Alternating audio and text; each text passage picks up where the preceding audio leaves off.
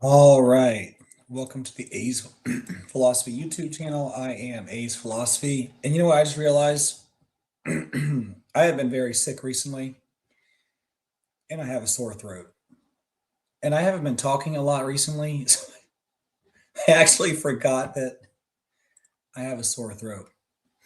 Um, but maybe we can make this happen. Excuse me. Hold on one second.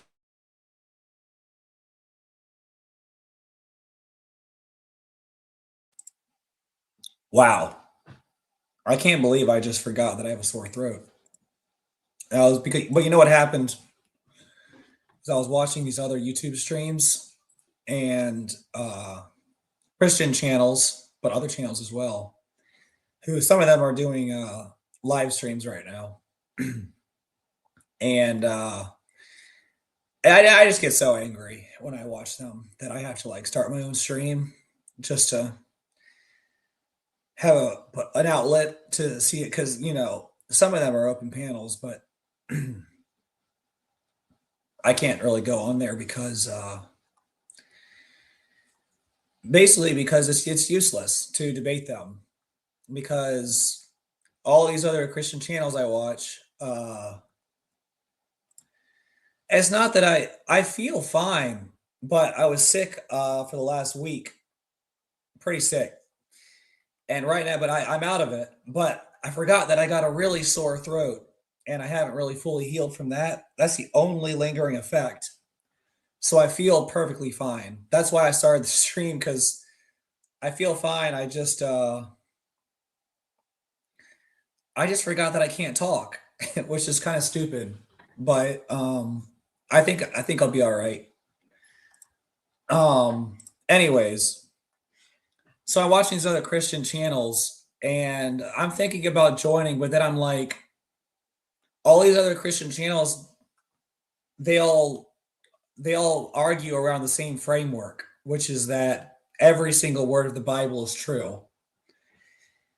And they all just try to figure out what's the correct interpretation of the words that are in the Bible. And for me to go in there, I would have to make the case that parts of the Bible they believe are false, and they're not really discussing that. They're having other conversations about what, mostly obviously about what Paul's epistles mean, because everyone's constantly arguing about what Paul says and what Paul thinks and what Paul wrote, and everyone just kind of ignores what Jesus wrote, except a couple things in the Gospel of John, where Jesus just says you have to believe. Okay, so Paul says you have to have faith. Jesus says you have to believe, and you can't lose your salvation, and we're all going to heaven. And that's their basic framework. So let's see, we got Andy in the chat. Good to see you, Andy. You know, I've been thinking about our conversation about tracing the history of the evolution of the concept of Yahweh. And let me know when we can have it. We could potentially have it tonight, or I think I'll also be available tomorrow. I don't know if you're still on the chat, Andy, but we could if you want to come on tonight, or even if you want to set something up for tomorrow to have that conversation about Yahweh and the history of the evolution of the concept of God and Jewish tracing the evolution of all that from the various pre-existing deities and concepts of God at that time. Excuse me. All right, I'll bring you on in a few minutes. If you want to have that conversation, I'm interested in hearing what you have to say.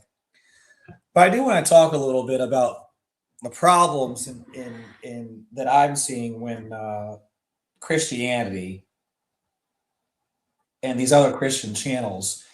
So when I listen to them, a lot of these other channels, not all of them, but what a lot of them are teaching, it was what I would describe as your typical evangelical message of salvation, which is essentially believe that Jesus died for your sins on the cross and that he's your savior. And that's basically how you obtain eternal salvation. It's not at all based on anything you do. It has nothing to do with your goodness or your good works or your obedience to God or God's commandments or to anything that God has ever said. No, it's all Jesus. Jesus got up on that cross and he died for you. And if you don't believe that he's the savior, and if you believe that you have to do good works to get into heaven, that means you don't believe in Jesus. And it's really so disgusting because that's just not what Jesus taught. And what they do, I'm not seeing all of the chat for some reason. I will try to leave. Oh, by the way, hi, Objective Ethics. I saw you in the chat and I didn't greet you, but it's good to see you.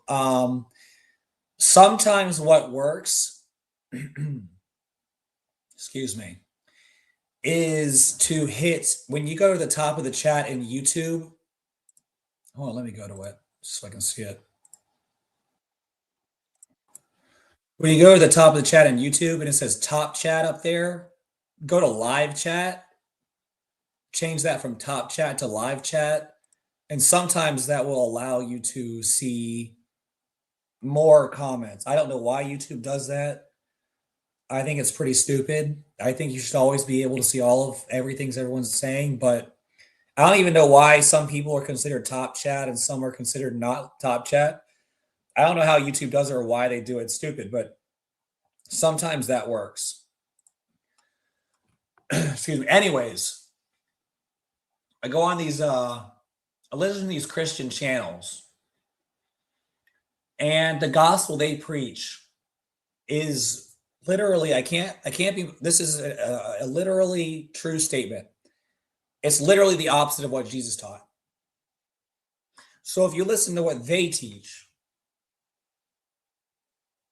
it actually, if you listen to what these Christian preachers teach on their channels, it is the opposite of what Jesus taught. Now, this is, of course, assuming that there's any validity to any of this at all. Okay. So we haven't established that Christianity is ultimately true. But that's a second question. The question is, what did Jesus actually teach according to the Gospels? If you read what the Gospels say that Jesus taught, now there are people out there who want to say Jesus is a myth, none of it's true, all of it's made up. Even if that's true, what does the Jesus of the Gospels tell us? And it's just simply not what these Christian preachers are saying. And the way they go about it, when they try to quote Jesus, 9 times out of 10, it's from the Gospel of John. And there are a few statements in there that, when translated into King James English, make it seem like you can't lose your salvation and that all you have to do is believe. Now, there's a couple things. Jesus didn't speak King James English. He didn't even speak Greek. I mean, he probably spoke Greek, but when he was, giving his dissertations, he probably wasn't speaking Greek. He was probably speaking Aramaic. Okay, so there's that. So even the Greek that we have in the Gospel of John is questionable whether it's, accurate to what Jesus actually said. It can't be, because as some of my I am actually I'm fluent in multiple languages. I used to be much more fluent in Spanish and Portuguese, but I used to live in a Portuguese country, but it's been a couple years, so I've forgotten a lot of it. But anyone who knows anything about foreign languages, it's just impossible to translate anything one to one from one language to another. It can't happen. And I've used this example many times before. Even if you want to say, let's say an English phrase, I am hungry. Well, in Spanish, that's yo tengo hambre. Now, if you translate that uh, directly from Spanish to English, then it would be I have hunger. See, the Spanish people, they don't say I am hungry. They say I have hunger. But in English, we don't speak that way. So whenever, if you were to translate something from Spanish to English, you would say I am hungry. That's not a literal translation, but it's the best translation given how English people speak. So you even take a simple sentence, a simple concept, and you can't translate it directly from languages that are closely related as English and Spanish. So when you start talking about very different languages like Greek, Aramaic, and English, I'm sorry, you're not going to get a perfect translation. I don't care how good the translators are. There's no way to do it. It's impossible. It's humanly impossible. So when these OSAS people start reading the like the King James Bible, and they say it says, "Those who hath believed shall never pass into condemnation, but have passed from death unto life," things like that. It's stupid. It's silly. I don't want to call people stupid, but it's really very simplistic, ridiculous way to think that you're going to base your eternal soul's salvation on grammatical syntax in a translation. And it makes me so upset. And then, of course, those are the only times they quote Jesus. All the other times they're quoting Paul. Okay. So they will go to Jesus a couple times to the 2 or 3 verses where he says you have to believe. And of course, that doesn't mean you have to believe all the other stuff he said about following God's commands, following God's laws, all of that. No, it just means you have to believe that he died for your sins, right? If you want to reject all the other things Jesus taught about his life, well, you can do that. I mean, you don't have to believe all that, because all that was works-based salvation heresy. Because Jesus, he was a heretic, by the way. He taught works-based salvation. So, but you know.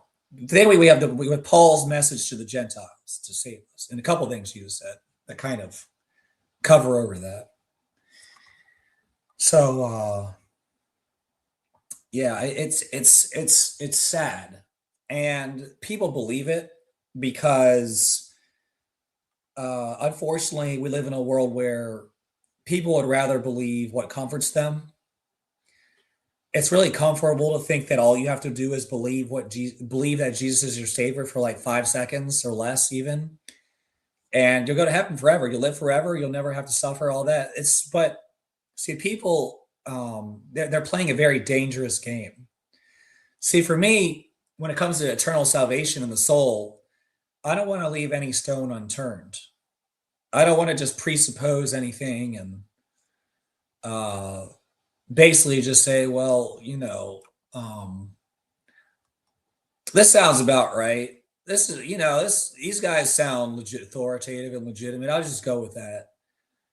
No, but this is what a lot of people do. They hear these preachers talking about how salvation is so simple, so easy. It has no effort, no requirement of the believer, nothing. And they would rather go to hell believing that than, believe the truth, or, even think about whether what they're believing is true or not. So anyways, I'm going to open it up, and we don't have to talk about Christianity necessarily, but I did say Andy could come up. So let me see if Andy's out there.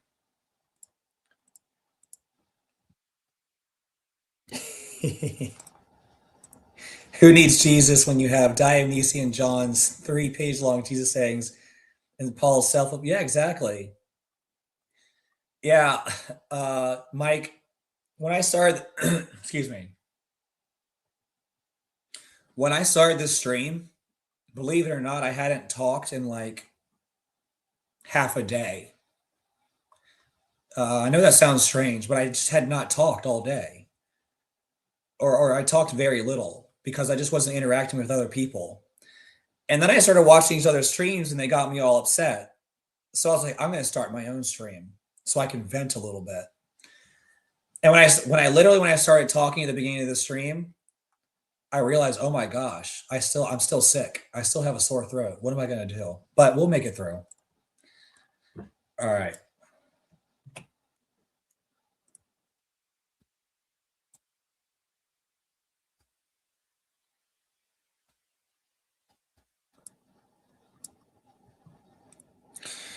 All right, so I've pinned the link in the chat. If Andy joins up, I definitely want to talk to him for a little while about an ongoing discussion we've had. And then maybe we can open it up later to other people who want to, if there's an, depending on how long that takes, if later we can open it up to further discussion or continue that discussion. Andy, how's it going, man? It's going good. Cool. Yeah, so I do remember last time we talked, I think it was about a week or so. Basically the idea is you come from a skeptical point of view, and you have seen, as we've discussed several times before, even before that, you're convinced that Yahweh, the Yahweh of the Bible, is essentially. I don't want to miscarry. I'm going to let you, characterize yourself, but this is my understanding. I don't want to straw man you. All right. Your understanding is that the Yahweh of the biblical Yahweh is a concept that is basically an evolution of pre-existing God and deity concepts of like the Near East and Babylon from that time period. Is that more or less accurate? Yeah, exactly. I think it probably all started from Babylon, but I don't think that that the Judeans adopted the concept of this specific storm god from the Babylonians. I actually think that they adopted it from Lebanon. Okay. So here's what I want to do. If you want to kind of go into, and feel free to get as detailed or as surface level as you want. Like what, or if there's some scholars who you think are particularly influential in this area, you can mention them. But what what convinces you that Yahweh isn't a being that actually interacted with the prophets of Israel and Moses and all that, but is rather a concept that they kind of not necessarily borrowed directly from Babylon, but maybe indirectly or through other concepts. By the way, other people are joining in the back. For the first little while here, I'm just going to be talking with Andy, and then we'll open it up, and let's say maybe half an hour to an hour, other people can come on. We'll just see how this comes. But I want to let Andy kind of, because I've been hoping to hear Andy's views for a while now. So I definitely want to make sure he gets time to express where it is he's coming from. So go ahead, Andy. All right. So, where do I start? Well, so in ancient Mesopotamian mythology, I'm sure you know, in ancient Mesopotamian mythology, there's a pantheon of gods. Obviously, there's a father god, a mother god, a bunch of sons of the father and mother god, and there's even a third tier below that of gods. There's divine beings. There's sort of weird heavenly creatures that don't really count as gods but are not human. There's all kinds of different stuff like that. And in the oldest layers of Mesopotamian mythology, or not even mythology, but just writing, I guess you could say, before you even really get stories, the gods are just being treated as natural forces. Like the storm god is being treated as if like they're just giving a storm, like they're just talking about a storm in the sky and literally giving it a name. And same with the god of death. They're literally just talking about actual death and just like attaching a name to it, and so on and so forth. And as time goes by, and as writing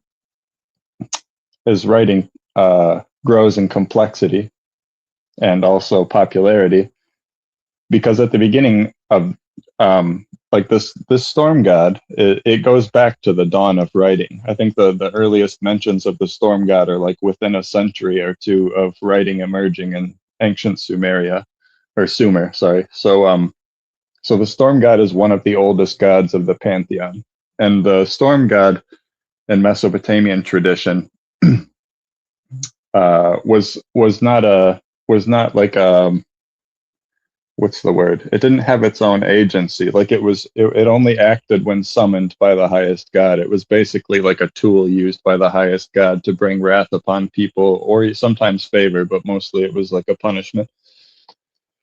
So the storm god in ancient Sumer's name was Iskur. I like spelled Iskur usually. And he was associated with bulls. He's always depicted as standing on top of a bull, bull like the animal, like a male cow. He's associated with storms, obviously, rain, thunder, lightning, clouds. He's literally called the rider of the clouds. He, like when he comes down to the earth from heaven, he comes down riding on a cloud. And obviously, he's associated with agriculture cycles because he's the rain god as well. So, like, in the ancient Near East, you know, not having the storms on your side could completely destroy your society.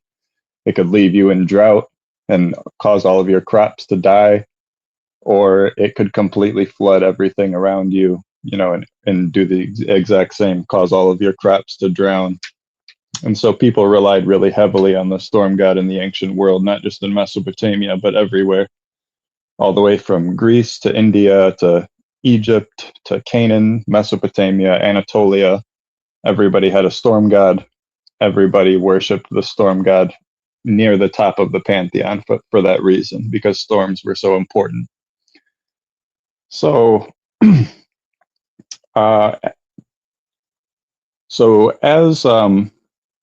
as the Mesopotamians and the Canaanites began to mix, I mean, obviously there were always trade routes between them, so they were already mixed, so to speak, but I guess a better way of putting it would be as the storm god grew to popularity in Mesopotamia, and because of the mixing between Canaanites and Mesopotamians, the Canaanites adopted the storm god concept, or possibly just independently had their own storm god. But the name for the Mesopotamian storm god was Adad or Hadad, and those two gods were obviously syncretized as the Amorites. Or I'm sorry, not the Amorites, as the Akkadians took over in ancient Sumer. We have a Sumerian population, like a native Chaldean, Sumerian, you know, almost Iranian population living in Mesopotamia, and then we have the Akkadians, which are a Semitic group of people moving in from Canaan, you know, in the Levant, in southern Anatolia and Syria.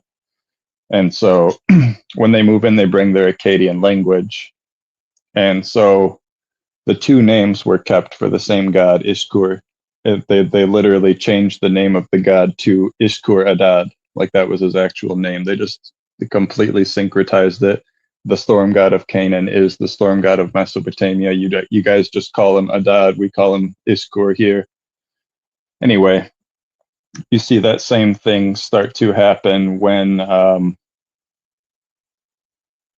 so as the concept of the storm god spreads out from Mesopotamia after the Akkadians take over, and then after the Amorites take over the Akkadians, the Amorites around 1700 BCE, right around just like after the time of, about a century after the time of King Hammurabi, the Amorites expand out of Mesopotamia and start conquering everybody. They move into, they go east and they conquer like the Elamites, and where Media was, they go west, move up into Anatolia and start hitting the Hittites. They completely conquer all of Canaan. They move into Egypt. They rule over in Egypt for 200 years almost. The Amorites were a really big deal. And with the spread of their conquering also came the spread of their religion. So as the Amorites spread, the Amorites held the storm god as their highest god. I mean, he wasn't the highest god in the pantheon, but he was their henotheistic god, as in there were other gods, but this is the god that we hold reverence for primarily. And so they were obsessed with the storm god Hadad. And as they moved into Anatolia, the Hittites adopted the concept of it, and they kept the elements of the bull imagery and the storms. Oh, I forgot to say, Ishkur is associated with mountains, so he's always depicted as like coming down from a mountain. Like storms in general were associated with mountains in ancient Mesopotamia because storms typically came from the northeast in the Zagros Mountains in Iran. So like when you think of a storm, you think of the mountains in Mesopotamia. So the storm god is always associated with mountains as well. So anyway, as this moves into Anatolia, we see the Anatolians start talking about their storm god. It shows all of the same characteristics as the Canaanite and Mesopotamian storm god, riding on the clouds, associated with bulls, standing on a bull, coming down from the mountains. All of the same key features from the Mesopotamian storm god, to where you can pick up a story about Teshub is the name of the storm god in Anatolia. You can pick up a story about Teshub and read a few pages of this story and immediately know that they're talking about the same god from Mesopotamia. No mystery. Then it makes its way to the Mediterranean coast. And it seems to have done it towards the northern part of it, up by Anatolia, because the Ugaritic adopt the same storm god. They're Semitic, so they adopt the Semitic variant, Hadad, and they worship the storm god as their patron god. Hadad was the patron god of the Ugaritics, and the Ugaritics they're one of our best sources for literature about Hadad, mythology about Hadad. It's really rich. They have long drawn out stories about Hadad and his wives and his conquests, in heaven, on the underworld, on earth, everywhere. Really interesting stuff. But we see, obviously, and Hadad shares all of these same characteristics as Ishkur in the Baal cycle and in the I can't think of the other popular one from the Ugaritic texts. The other one anyway, whatever it's called. There's two really popular stories from the Ugaritic texts. And in those stories, Baal maintains these former characteristics of the storm god.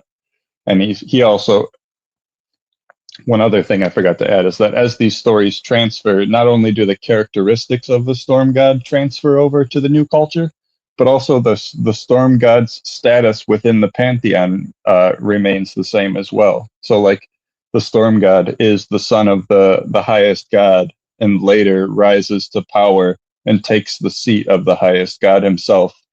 That's also a part of the mythology that gets transferred from culture to culture. The storm god rising to power. We see it with Hadad. We see it with Teshub. We see it with Zeus. It's a repeated theme that carries across this. Anyway, so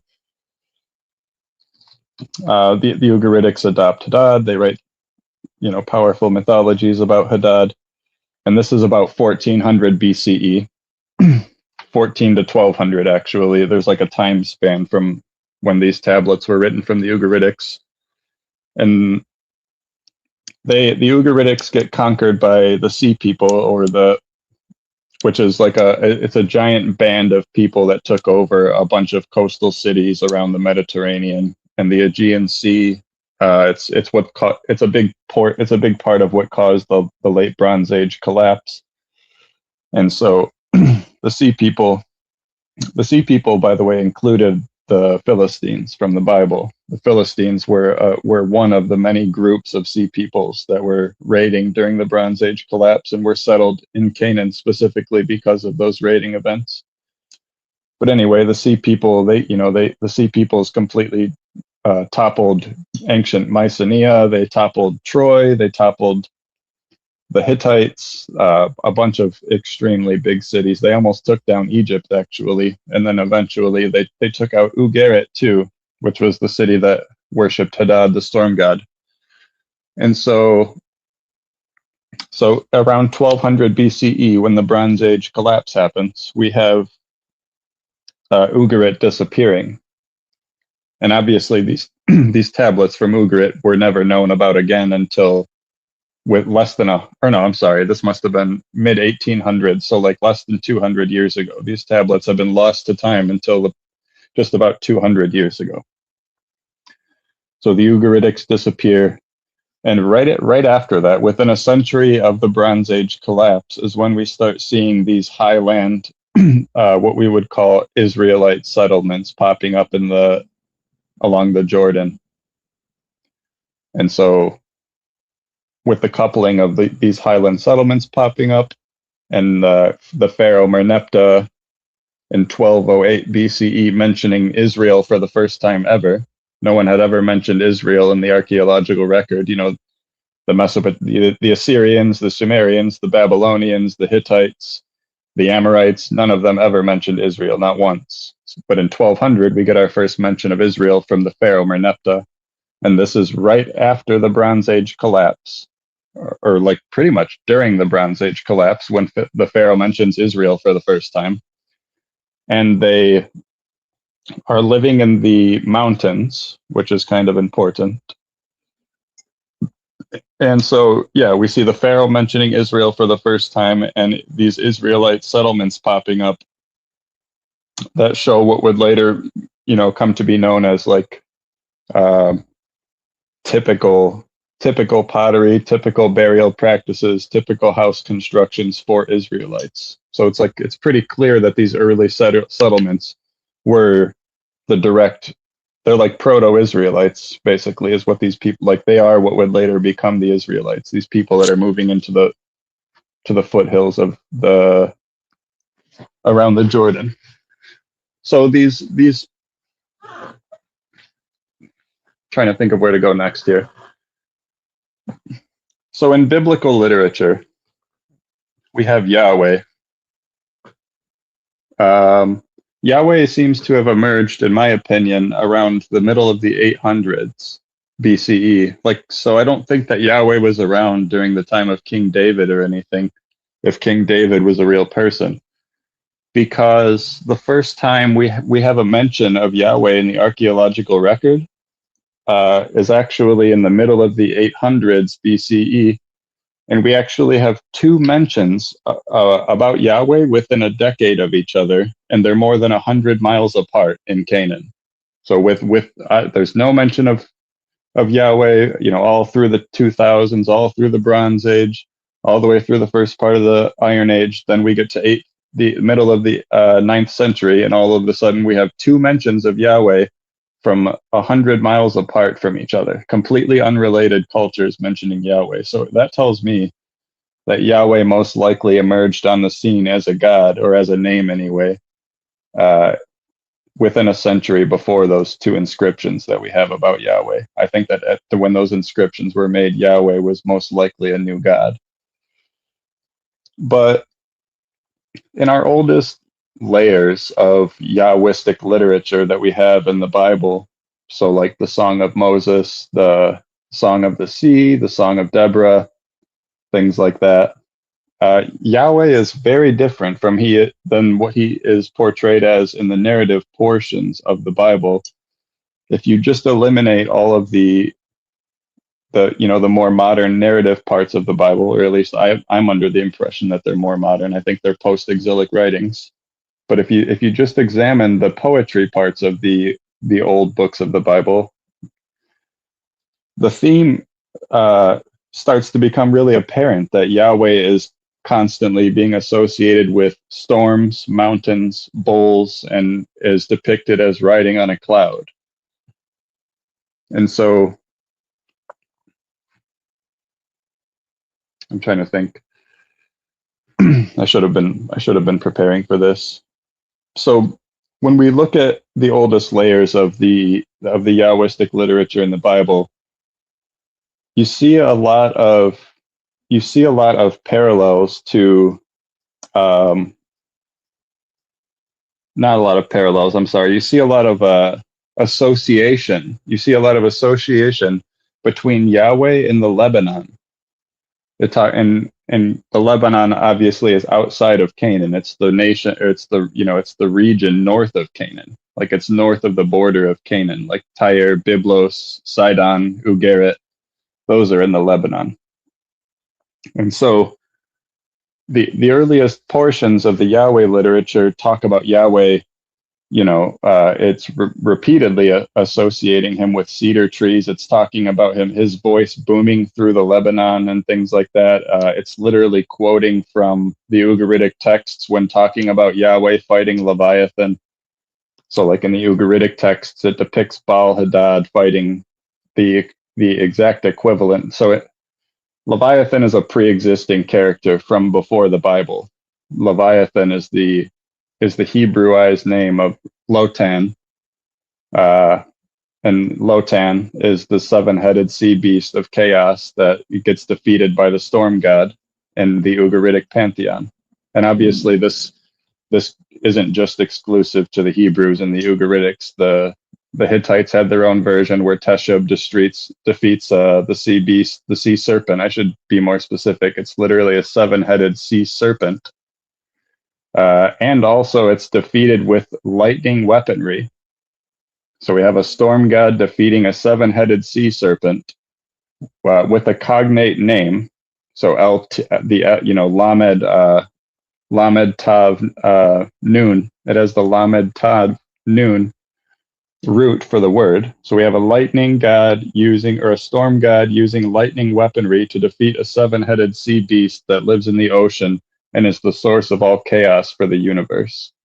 Obviously, I'm sure you're well aware, Yahweh does all of those things. And that's a theme that already existed in Mesopotamia, in the Hittite culture. Zeus has a similar form of it. And obviously the Ugaritics have Baal-Hadad doing this. All of this is pre-biblical literature. And then we finally get to the Bible and the oldest layers of the Bible, which seem to be 1000 BCE at the oldest. And they're carrying on the same theme that we've seen all these cultures carry on, which is the storm god being the son of the highest god, associated with bulls, associated with mountains, riding on clouds, using lightning weaponry, fights the seven-headed sea serpent that causes chaos with lightning weaponry, rises to power, becomes the highest god. All of this is pre-existing elements of the storm god that Yahweh seems to have adopted in his earliest layers. And so we can go deeper into this. I'm not really sure how much time you want to spend on it or whatever, but that's kind of a brief summary of why I think that Yahweh is a fictional god. I think he's just an extension of the storm god tradition that had been passing around the Fertile Crescent for more than 1,000 continuous years before Yahweh even seems to have emerged. That's all. Well, I think that's interesting. And I'm not sure I'm going to say anything that I haven't said before. I will say this: it's not impossible that it's not your theory is not outside the bounds of being possible, because obviously I myself believe that, and even the Bible itself states that when Abraham was called from, I think it was the land of Ur or whatever it was. Yeah. These peoples existed, and they all did have these local nationals, deities, concepts of God. So the Hebrew people, or whatever you want to call them, would have originated in an environment where all of these polytheistic cultures already had long histories.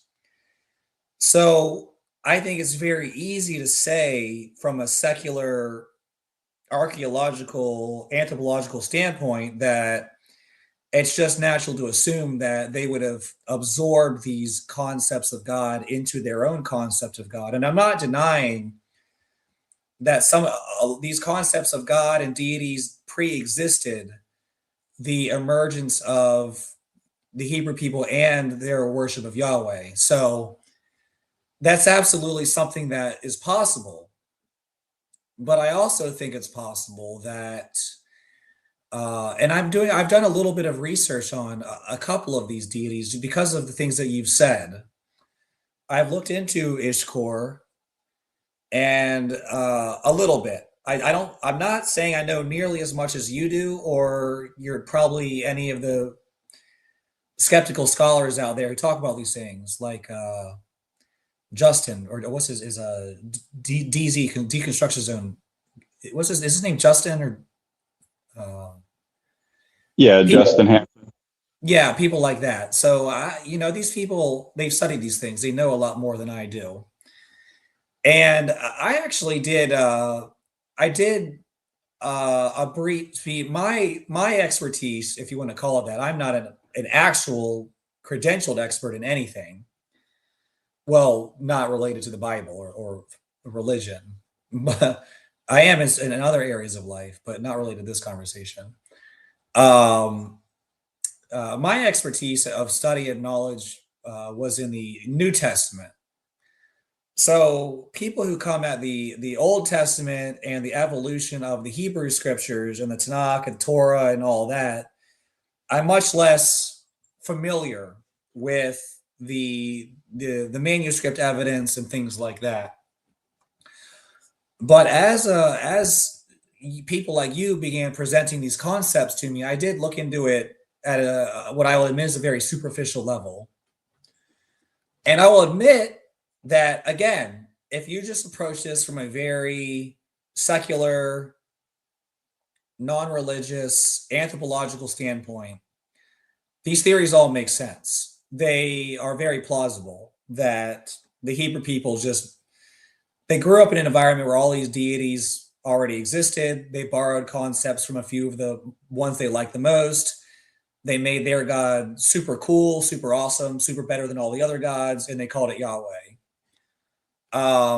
That's not that's possible, but I think there are reasons to believe that uh, Yahweh is the true God that did reveal itself to Israel.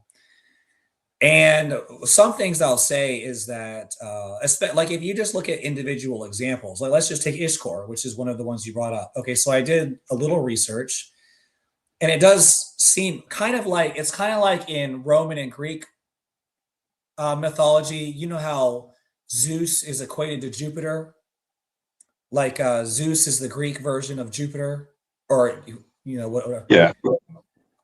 It does seem to me that there seems to be these kind of similarities between some of these more Mesopotamian cultures. So Ishkor seems to be strongly related to Adad. Well, In the same, go they were ahead. actually syncretized. Like it's important to point that out, that when they fuse their names together like that, that's a specifically an acknowledgement that they're syncretizing the two gods. They're saying these are the same God. Okay.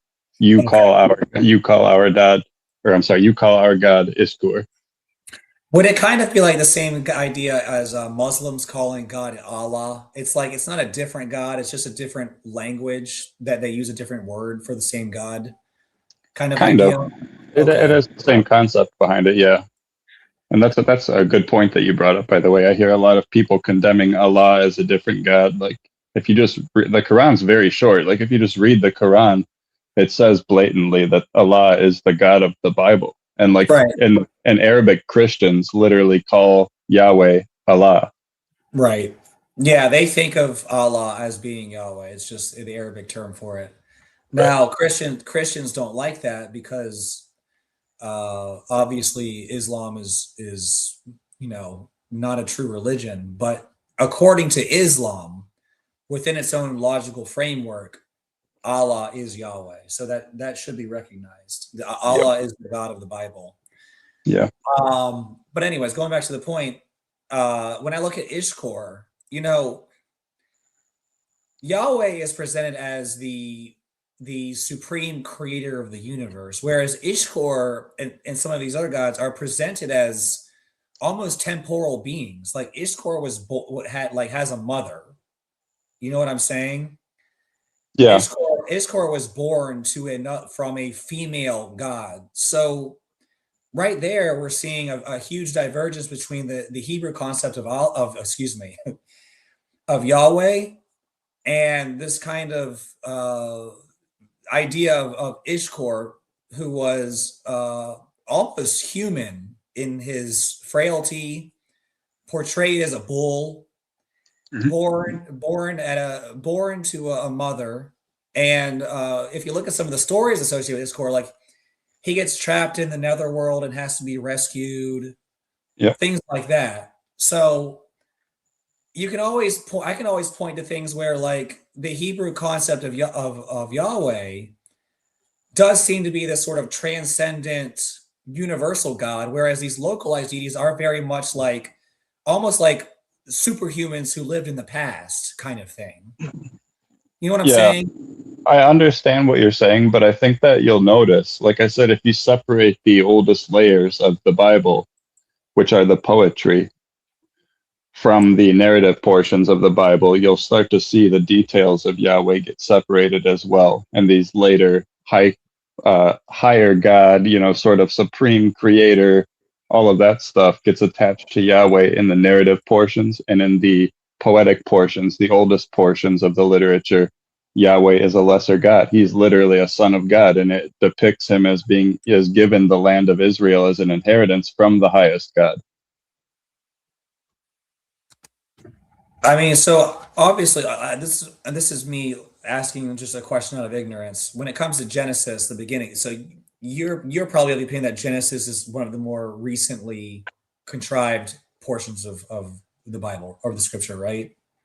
From my understanding, there are parts of the creation account that predate the exile and predate Isaiah, but it's like a very rough outline of what we have because so much has been added to it. But if I'm not mistaken, there are monarchic parts of Genesis.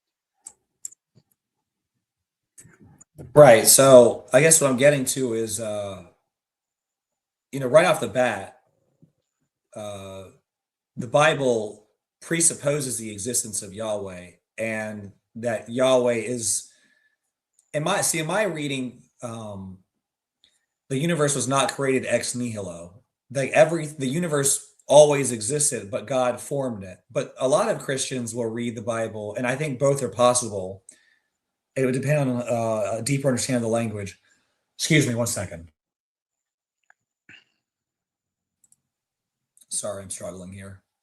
Sorry. Um, it would depend on I think to solve that we'd have to have a deeper understanding of the language. But in either case, uh, if this portion of the scripture is very old, this does start off with the idea that Yahweh is not some sort of really awesome superhuman who lived in the past. Well, It's like God started everything. He's the God that started the whole universe. I understand I understand where you're coming from, but in my opinion, and I do have reasons for this, but I think that the portions that talk about Yahweh in Genesis, like the older narratives that contain mentions of Yahweh, I believe originally just said El. I don't believe they said Yahweh. And one of the reasons I think that, um, aside from obviously Yahweh seeming to emerge in the middle of the 800s, is the fact that later in the book, he says, I believe he says it to Moses. Yeah, it is in Exodus. He says to Moses, uh, I appeared to Abraham and Isaac and Jacob as El Shaddai and El Elyon, but to you, I announce myself as, I will be what will be or whatever, Yahweh. So it's like he's implying basically that the older stories, he announces himself as El Elyon and El Shaddai. But if you read the older stories, he's not saying that he's El Shaddai or El Elyon. He's calling himself Yahweh. So, in my opinion, that's clear evidence that it was edited to add Yahweh's name to what was previously El.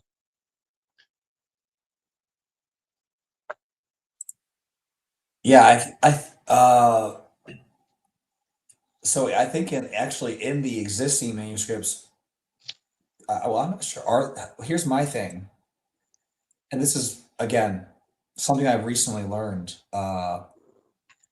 It appears to me, and correct me if I'm wrong. I'm trying. This is, I don't admit, I don't sit here and claim I know everything. So this is, but maybe you can help me along here. The oldest existing Hebrew manuscripts are from the 8th century AD. Am Uh, I correct? no, the Dead Sea Scrolls. The Dead, Okay, that's right. That's right. but there's also the Ketef Hinnom Silver Scrolls, which are from like 400 years before the Dead Sea Scrolls, but they just contain like a very small portion of literature, which is not all from the Bible, but it does have like a, a kind of similar portion of a blessing from Numbers.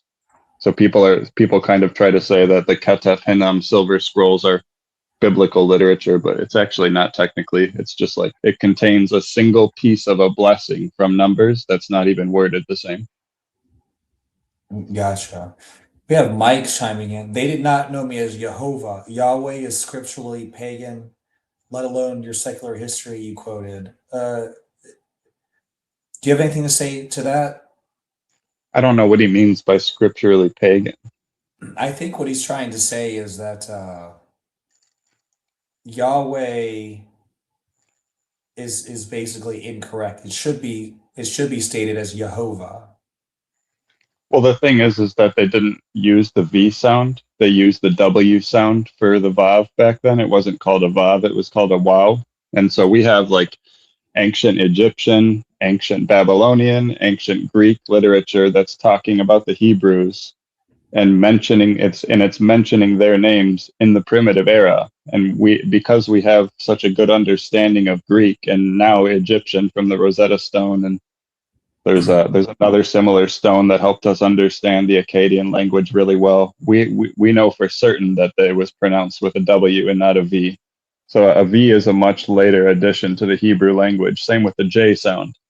Like when they say Jehovah, there was no J in the original Hebrew. All of the it's a yod and it's pronounced with a Y sound. And all in the Hebrew and the Egyptian and Babylonian all back this up. They all, when they mention Hebrew names and they use a portion, they write in Akkadian or in Greek or in Egyptian, they write a portion of a Hebrew name that has a yod. They use the Y sound in their language to represent it as a transliteration. But also, I don't think it's very helpful, Mike, to try to label, sort of types of scholarship as secular or Christian or whatever. I think that we should really just focus on the evidence presented. It doesn't matter it doesn't matter if it came from a secular scholar or a Christian scholar. Some of my favorite scholars are Christians. I'm an atheist, but I take some of my most closely held information about the Bible from Christian scholars. But at the end of the day, we have to assess the evidence they're putting forward for ourselves and set our biases aside and decide what's more likely to be true. It's not like I'm just accepting everything that secular scholars tell me or something. I very often disagree with secular scholarship, and I often agree with theistic scholarship. It has nothing to do with that. Sorry for the rant. No, well, Mike is making a claim here. He says there are thousands of Jehovah with vowel pointings. Do you dispute that? I don't know what he means by that. Yeah, I guess it would Well, depend like, on. what do you mean by vowel pointings? Because like the Masoretics were the first ones to use vowel markers, and that was like what 200, 300 years after Jesus. I mean, but I, before that, they would use what's called vowel letters in the Hebrew language to like basically show that there would be a vowel. But regardless of all vowels aside, like that has nothing to do with a yod making a W or a V sound. A yod is a consonant. Set Scales has joined us, and I'm going to get to you in a little bit. I do want to kind of continue on a little bit with my conversation with Andy because I think there's a lot out there to basically unpack. So I want to say that it, put it this way. I think it's possible that God is still speaking to people today in prophetic ways. Now, I think that a lot of people who claim to be modern day prophets, maybe even 99.9% of them, are complete frauds and lunatics. But I do also think that there are some people out there who perhaps are genuinely experiencing something that is legitimate. And I think it's easy to say that if people came around 100 years and read what they had to say or saw what they had to say on some blog post or something or YouTube video, they could easily say, oh, that person just made up their concept from pre-existing ideas of God. And I think that's kind of what's going on with this anthropological concept or scholarship, which is that they dismiss the idea that this is something. Again, I'm not denying you've put forward reasons. Think why you think that you can pinpoint almost not a moment in time, but a specific time period where the idea arose. What I'm trying to say is that it's also possible within the framework of the idea that God exists and can speak to people. Like, let's go to your example of the Yahweh inscriptions in 830 BCE. Mhm. I think it's very possible that the reason maybe it arose is because maybe those people were having those experiences at that time, and that's just when it happened. And to just say that, oh, they're borrowing their ideas and right and changing the names around a little bit and adding some things.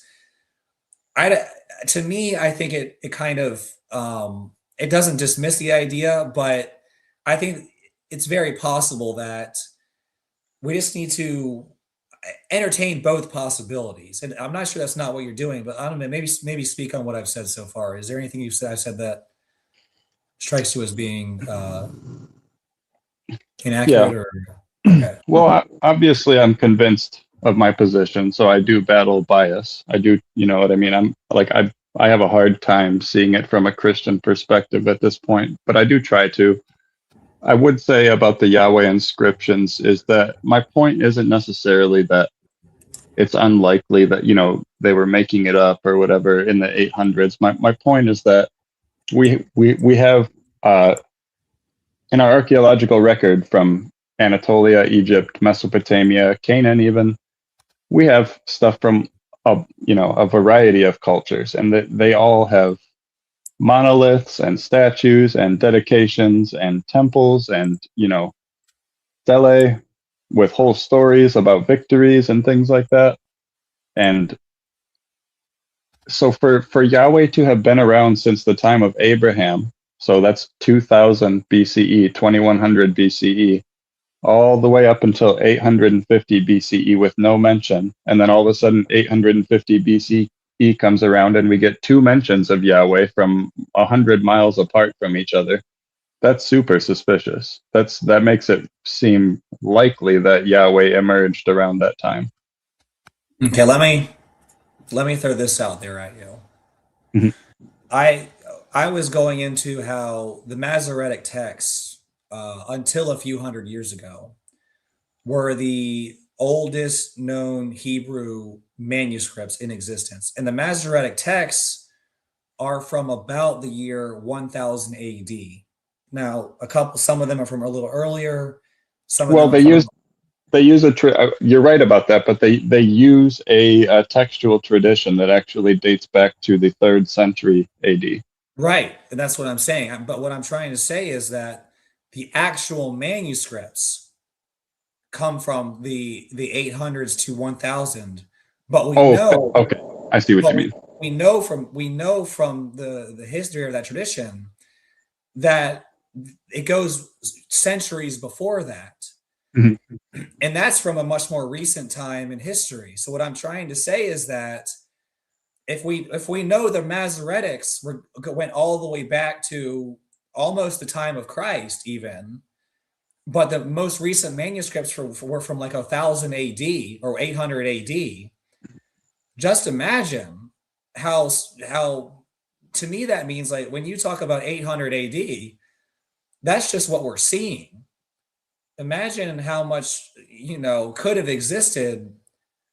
I think it could go all the way back to 1500 BC in that case, based on modern examples of those kinds of things.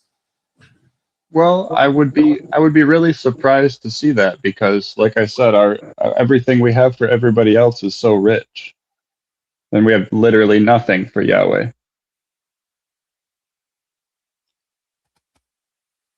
You know what I mean? Like we're talking more 1,200 years of existence, and according to the Bible, he was like a powerful God defeating nations. You know what I mean? Other nations were terrified of him, even so. No mentions at all is crazy. Yeah, I mean that's a fair point. But my point behind all of this is that I don't think that like Yahweh emerged as a god in 850 BCE. I think that Yahweh emerged as a name in 850 BCE. I think that before that they were just worshiping Hadad. It was just Hadad, and they just a faction split off and started calling him Yahweh. And this goes Well, back to my point about all of the references to the Lebanon. Like Hadad is associated with the Lebanon, not Yahweh. Yahweh is associated with Canaan. And there's a huge divide between Lebanon and Canaan. Like they're not the same place in the ancient world. Like the border of Canaan is where Lebanon begins. It's like a new land. So for him to be shaking the cedars of the Lebanon and his voice booming through the Lebanon and associating himself with this what appears to be exactly with the storm god, with all of these various characteristics that the storm god had, including the story about defeating the sea serpent, and even literally using an exact phrase from the Ugaritic texts: "The twisting serpent, the fleeing serpent." That's a direct quote. When it talks about in the Psalms, it talks about Yahweh fighting Leviathan, it's in Isaiah, and he says that Leviathan, the twisting serpent, the fleeing serpent. In the Ugaritic texts, it literally says Lotan, the twisting serpent, the fleeing serpent. And that's such a strange and specific phrase. And it's literally talking about the same entity, the seven-headed sea serpent, that embodies chaos. That's a direct quote. So with all of those things together, it makes it seem pretty likely that they were just worshiping the Lebanese Hadad, and that the Israelites probably came down from Lebanon after the Bronze Age collapse. After the Ugaritics were conquered, the remaining surviving people probably moved south because the only thing you can do is go north where the Hittites rule over everything, or you can go into the mountains, which is like nearly impossible to traverse, or you can go south. And so I think they went south. well, we have a couple other guests. I will first we're going to get to set scales and then Toronto Bible study. But I do want to pitch one more thing to you before we go to them. All right. So in Exodus chapter 6, it says something that I think is very interesting. It kind of touches on what we've been talking about. So it said in Exodus chapter 6, verse 2, it says, God spoke further to Moses and said to him, I am the Lord, and I appeared to Abraham, Isaac, and Jacob as God Almighty. But my name, Lord, I did not make myself known to them. So Right. isn't that kind of interesting that the patriarchs of Israel did not know the name of God? Don't you think the Bible kind of answers this question that, or do you think this is the Hebrew writers trying to cover up? How do you look at this something like this? Well, this is a problem because in Genesis it literally has Abraham calling God Yahweh. He literally says Yahweh Elion to when he's talking to Melchizedek. He literally says Yahweh's name to Melchizedek. But here we have God saying that he referred to himself as El Elyon. That's what God Almighty is in Hebrew, El Elyon, which is literally if you read the Ugaritic texts. So like God, I'm sorry, not God. El and Baal. Yeah, means God the Most High, not God Almighty. Exactly. Well, yeah. El Shaddai means God Almighty. Oh yeah, you're right. Yeah, I mixed the two up. You're right. God Most High is Elyon. But anyway, in the Ugaritic texts, it will use like Baal or El's name. It'll say like it will use the name and then a title like that, like El El Olam or El Shaddai or El Elyon, it will attach an epithet to the end of their names. It does the same thing with Baal. So when we see El Elyon, and by the way, Baal, when he rises to power in the Ugaritic text, he's literally called. They literally use the epithet, the epithet Elyon when they refer to Baal, and they call him Baal Elyon. So when we see El Elyon, it's using that same name format that they're using in the Ugaritic texts, which is name plus epithet. It's not. I don't think it means God. I literally think it's El's name plus epithet, like they do in the Ugaritic texts. Well, before I allow anyone to address that, and I'm sure people have thoughts, I do want to be respectful to the format, which is I allow people to speak in the order they joined. And Andy, this is really interesting. I think No, go ahead. Go ahead. yeah, We've been talking forever. This conversation can go forward in the future, and maybe even now, if this is what people want to talk about, which is, I assume, why people join. But anyways, let's let Seth Scales has been waiting for a long time, so we're gonna get to him first, and then we're gonna get to Toronto Bible Study because he joined, and then Jill will be able to speak. So let's go in that order. Kind of take a minute or two each. Seth Scales and then Toronto Bible Study, then Jill to introduce, and then we'll kind of go more into an open discussion after that. So Seth Scales go first, and then TBS, and then Jill. Go ahead. Yeah, so I pretty much agree with everything Andy's saying, especially the core premise, which is that these religions are just copied from older mythologies. However, I do not agree with his atheistic position, and I think that you don't either, which is why you're having a hard time accepting his worldview or his premises. The thing is that when most people look at religion and they realize that Christianity is false or Islam is false or whatever, they immediately typically take an atheistic worldview and reject the entire spiritual premise. When this is, to me, it's illogical, but that's besides the point. It's basically just throwing the baby out with the bathwater. Before religion, like it is organized now, and even before the time of Babylon and civilization, people were an animistic society. This means that life was everywhere. You were life, I was life, everything was life. And because of this, everything was God. That was God to them, was life. We came from the great mother, the earth. That was the God before, was a feminine goddess, which then got transformed into this sun god revolving around war and agriculture and maintaining this structure of civilization. And this is where we deviated. And all these people, like Jesus, for example, all they're doing is remembering the people who used to live before civilization and channeling them through their actions and words, and basically trying to make a better world for us than the mess we've created following these false storm gods and sun gods who demand worship and tribute when the mother goddess never demanded any of that before. Life was respected as sovereign, and life interacted in an objective world that cared for it, and they cared for it in vice versa. It was a beautiful reflection of symbiosis that sacred or ancient man had, that civilization came, destroyed, and created mythologies centered around these storm gods so that they could maintain the ruling class and convince the regular people that they were essentially powerless before them. Certainly an interesting introduction. Thank you for that. Toronto Bible Study, you're next, and then Jill. Thanks very much. I just like to say that from my perspective, the Bible is not using these Ugaritic and other forms of like storm god imagery or other kind of imagery from the myths of the Canaanites. It's not using it as if God's from those myths. It's because they're using it to say, you think Baal is the king of the storms? No, Jehovah is the king of the storms. You know what I mean? That's why they'll use those images of God riding on the clouds, or God like crushing the sea. Or actually, you know what they'll do? Like, you know how like Baal had to fight the sea dragon, Tiamat or whatever.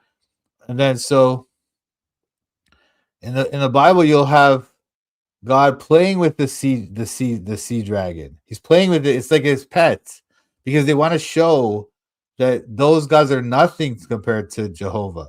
That's the idea. That's why they use those myths or those kind of imagery and stuff in the Bible. But the Bible is obviously far more complex and far more like more like coherent set of texts from a longer period, and more like just sophisticated and everything else. It's just, there's no comparison, in my opinion, between the Bible and those older texts. And the other thing I was going to say, just because you brought it up, Andrew, I think it was Andrew who brought it up, but the idea that Jehovah, he says that they didn't know me by my name, Jehovah. It's not that they didn't know the name at all. They didn't know the name, like they didn't know that name intellectually. But the idea is that in the Hebrew, the word know, the word, I believe it's yada, but the word is like, sometimes they use it to refer to having sex with a woman. They'll say he knew her. So the knowledge of an intimate relationship, that kind of knowledge, or other kinds of relationship knowledge, is often referred to as know.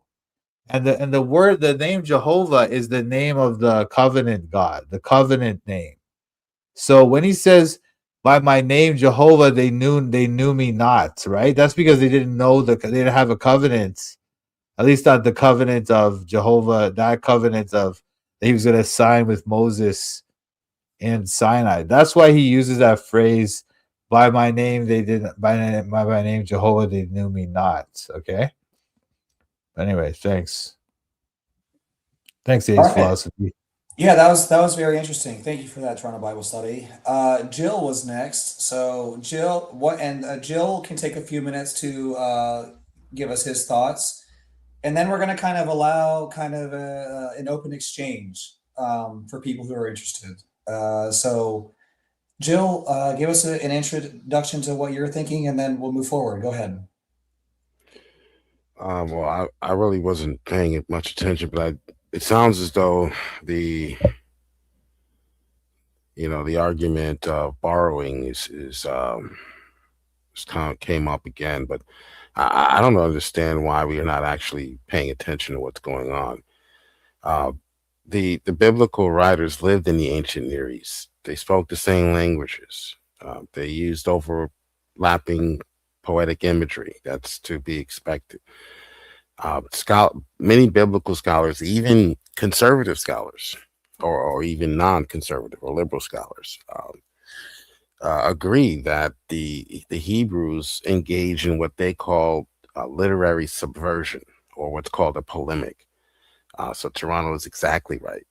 If God were to come today, he would do the same thing with the MCU, with the Marvel Comic Universe, or any God that you suppose has a power that belongs to him alone. So this is not simply borrowing in the modern sense, but the borrowing, quote unquote, model from 19th and 20th century, liberal scholarship sometimes tries to frame the Israelite religion as if it's merely copying surrounding pagan myths and slowly editing them, into monotheism, which is absurd. But a more nuanced approach recognizes that the biblical authors were consciously doing this. They were doing this on purpose. And you heard me say this on your channel often, Ace. They were doing it on purpose. It's obvious they were doing it on purpose as a polemic. So they were writing against these religious worldviews and ideas that these powers or these abilities, these attributes actually come from these false gods of Canaan. They were basically saying that they actually come from Yahweh, or the God of the Bible. And even Yahweh is an ancient Canaanite God. So if you go through the names of God, it becomes obvious what he's doing. I mean, El Shaddai, Adonai, Yahweh Nisi, Yahweh Nisi, Yahweh Shalom, Yahweh Tsikdenu. I mean, there are so many names of God. Yahweh Sabaoth, the Lord of hosts, the Lord of armies, meaning I control the armies, not your fake God, but I do. El Roy, El Olam. I mean, it's quite obvious that this is intentional. This is an intentional attack on the ancient Near East pagan, myths or gods. To me, I guess it's obvious. Maybe not to others, but. All right. So before there's a response, I just want to say, so to summarize from both Toronto Bible Study and Jill, their response is that these aren't so much concepts that the Hebrew people are borrowing, but they're rather trying to demonstrate that Yahweh, that these foreign cultures have a misunderstanding. The false gods they have created aren't responsible for this, but Yahweh is the real God, and He's the reason.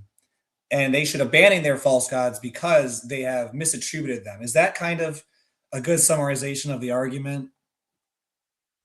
That's a good summary, yeah. Okay.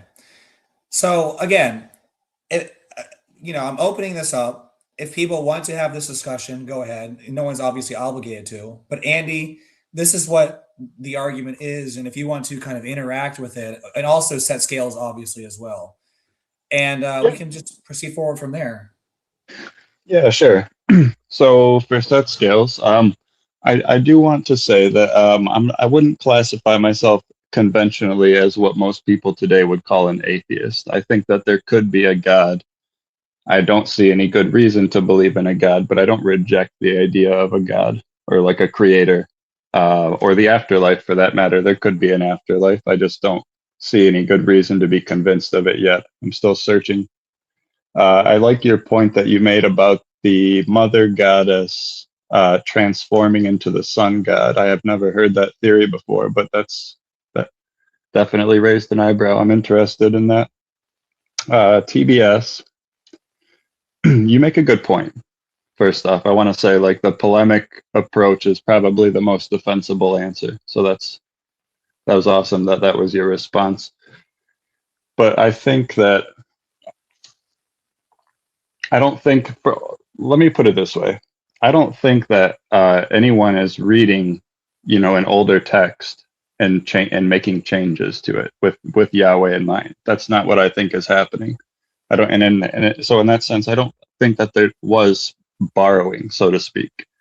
I more or less think it happened way more naturally than that. Like these people were born into this culture, and as oral traditions slowly changed, they got written down from time to time. And so they're unknowingly just adopting they think they're just adopting the traditions of their ancestors, but slowly through interaction with foreign nation and through the change of oral tradition, these foreign cultures are being incorporated into the biblical texts is maybe a better way of putting it. But as far as the Yahweh making himself known as Yahweh to the to the patriarchs, I don't agree with you there. I think that it seems really clear to me that he's making a distinction between the actual names that he was using when he says, like, by the name Yahweh. I mean, it could be taken the way that you're saying. Like, I'm not saying that you're wrong, but it seems more likely the other way. If I had to go with any route there. And as far as Jill goes, I think that you basically just reiterated what TBS was saying. But like, again, you made the borrowing point. I don't know. Like I said, I don't necessarily think it was borrowing as much as it was just slow transformation of oral tradition. I would say that to me, this polemic approach is weak because what determines that this particular priest group knows what is really God or knows how best to interpret these ancient myths that have been around for who knows how many thousands of years. There's no reason to think that they would know better than anyone else. So really, it seems like the criteria is what is the most empowering to the individual, and I don't think Yahweh is that. Yahweh is a God of demanding worship and, giving all your power and energy to him. Furthermore,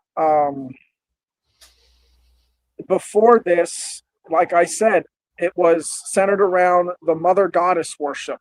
So these people who are saying, oh, it was actually Yahweh the whole time, he's the real God, they're still attributing human attributes to God, saying that God's a man, when there's no way that God is a man in the sky like they're saying he is. God is way beyond that. God is literally everything at once, is really what God is. And that's how the animists viewed him. Or viewed him. I'm sorry. You said the argument from that this is a polemic, which is the natural reading of the text, without any conspiracy theories, infused into the text. You're saying that that's a weak argument. Why do you think that's a weak argument? Because I didn't really hear a reason why. I told you why. How do these priests interpret that this God is best or not? Yeah, that's what I'm saying. Like, no, wait. Okay, go ahead, Bill. Sorry. You said it was weak because some people say that it's an argument. I didn't really get it. No, wait. Let me try this. Let me try this. Hold on. I think what you're saying is that the priests of Jehovah could not have interpreted him as being the true God, and that those other gods are not. I guess that's what you're saying. But what we're suggesting here, right, is that the God of the Bible was literally in contact with these people, taught these priests how to worship him, and then they wrote this book based on his inspiration, and they had these writings about those other false gods in this way. And I'm telling you, the way, hold on a second. I wouldn't answer like that. The reason why we suggest like scholars like Mark Smith with secular his scholars. Now these are not even secular scholars will admit this. The reason why they suggest this is the case is because this was common. This was a common way to attack another religion in the ancient Near East. So I don't understand what the issue is.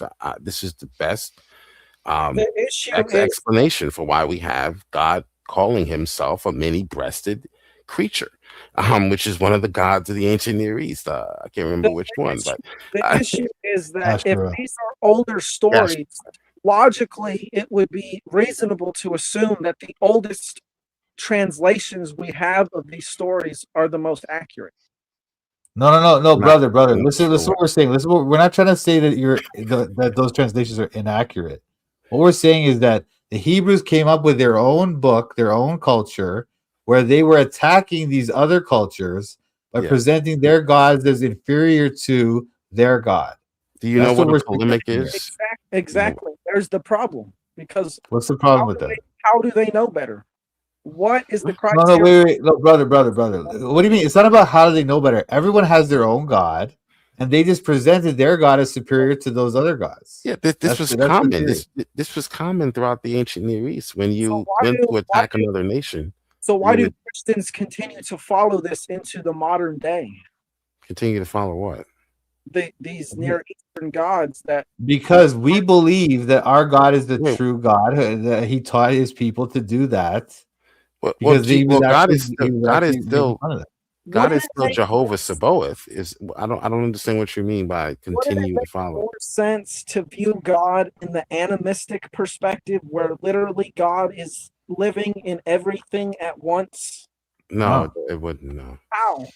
How does it make? Well, you have it. That's another. Wait. Let me handle this. This is the thing, bro. I don't even know what that is. We believe in. People thought before. Hold on a sec, bro. We believe in good and evil being different things. That God is not evil; He has no evil within Him. So when you suggest that everything is God or God is in everything, our belief is not like that, because we say that no, God created everything. Man brought evil into the world through sin, and evil exists outside of God. It is not part of God. And so those type of views like pantheism or animism, they kind of bring evil into their divinity, and we don't accept that as philosophically valid.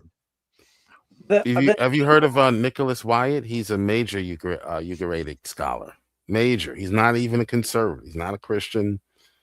Nicholas Wyatt will tell you the same thing. This was very common throughout the ancient Near East. This is how they attacked other religions by basically, if we were to do the same type of polemic today, let's say the Hebrew people, God calls Abraham out of the land of Brooklyn. He would say, no, that's not Superman. I am Superman. It's how they attacked. It's a way of attacking a different or another religion. Problem is that they're not trying to seek objective truth. They're just trying to attack what they think other people are saying is truth so that they can have some That's your opinion. Narrative to present to people to control them. That's okay. Scale. Understand, right? You're just presenting a theory of what you're looking at the evidence and presenting your theory of it. And we're just saying to you that your theory is not even the most well-regarded among scholars, even secular scholars. I don't care what they say. You're telling me okay. that you just want to believe. Okay, I'm saying to you, look, I'm not trying to tell you what to believe, brother. I'm just saying to you that scholars that study this field who are not Christians would regard your theory as pretty basic and not really recognizing all the data. And they recognize our theory as quite well-founded and easily explains much of the data. It has better explanatory power. It's more internally consistent. If that's the case, how come you've never even heard of or Jill hasn't? I don't know about you. Have you ever heard of Animism Toronto Bible Study? Of course I've heard of animism. Of course I've heard of it. Well, what is it about? The fact that animism exists. But animism exists. Animism exists. Think about it. Animism exists all over the world, right? All over the world there are animists. But only one culture in the entire world came up with monotheism. The Jews or the Hebrews. Why is that? Why is it? Animism is everywhere. But one culture. Sorry? To control people. That's why they did that. No, they just thought of it to control people, the Hebrews. And then why is it that when wait, hold on a sec, man. Animism. Toronto. I understand you're making good points, but we do have to let Set Scale speak. So give him enough time to finish his thoughts and then respond, please. I apologize. Oh, it's all right. But the Hebrews were in captivity in Babylon. They were surrounded by this Near Eastern mythology. They saw the power that it brought these people by convincing people to believe this mythology. And they basically said, I'm going to get in on that. And they borrowed from that mythology and came up with their own. And you're basically saying something I agree with, that they're just trying to make a better version, a more appealing version to the masses. And I'm saying that's not based in truth. That's just based in feeling and trying to make something better for yourself out of something. Well, that's not the argument. It's a bit of a straw man. The argument from the God of the Bible is to set the record straight as far as worship is concerned. So the story of the Bible is one that you don't have to believe it, but this is the narrative. So if you're going to do an internal critique, at least be respectful to what the narrative is portraying. The humans fall into perpetual sin ending in death. So yes, we have that animism, whatever you want to call it, or we have that oneness with God, with the creator alone, with Adam in the Garden of Eden. So we believe that the garden was, even though it was on earth, it was connected to heaven in a spiritual sense. So it was a one spiritual world in which man and God interacted freely, openly, lovingly, etc. So what is Yahweh then? Well, then what happens at the fall of man? Man falls into sin, perpetual sin. We start seeing the worship, and Paul explains this in his epistles. We start seeing the worship of beasts. We start seeing the worship of the sun, the moon, and all of these things that are created. And then gods are created based on those created things. And then God comes with Abraham and sets the record straight. I am Jehovah. Let me ask you a question. I am the one who controls the cloud. I'm the one who rides, etc., etc. So I can better understand what you're. your worldview. When But you I'm say, just giving you the narrative. That's not my worldview, but that's the biblical No, narrative. can I just make one point? Can I just make one point before you ask your question, set scale? Because your theory that they just birthed the idea of monotheism during the Babylonian exile. no, they didn't. Is Akhenaten did during Egypt. He no birthed. Akhenaten did, that's sun worship. That's different than monotheism. He was saying there was no Monotheism, God. according to the hold God. on, I'm not just talking about one God. I'm talking about Well, monotheism. It's a little bit talking about Bible different. study, you do. I'm agreeing with a lot of what you're saying, but we do have to let Seth Scales. If you ask him a question, let him at least finish the No, answer. I was asking a question. I was gonna just respond to his theory about I understand, but about he the was notion of in the correcting me. middle Okay, of. that's I'm just fair. saying, Okay. like I say, I'm enjoying the conversation. I'm appreciating all the points being made, but I just want to make sure people are able to finish their thoughts before people are interjecting. Go ahead. I just need to ask Jill.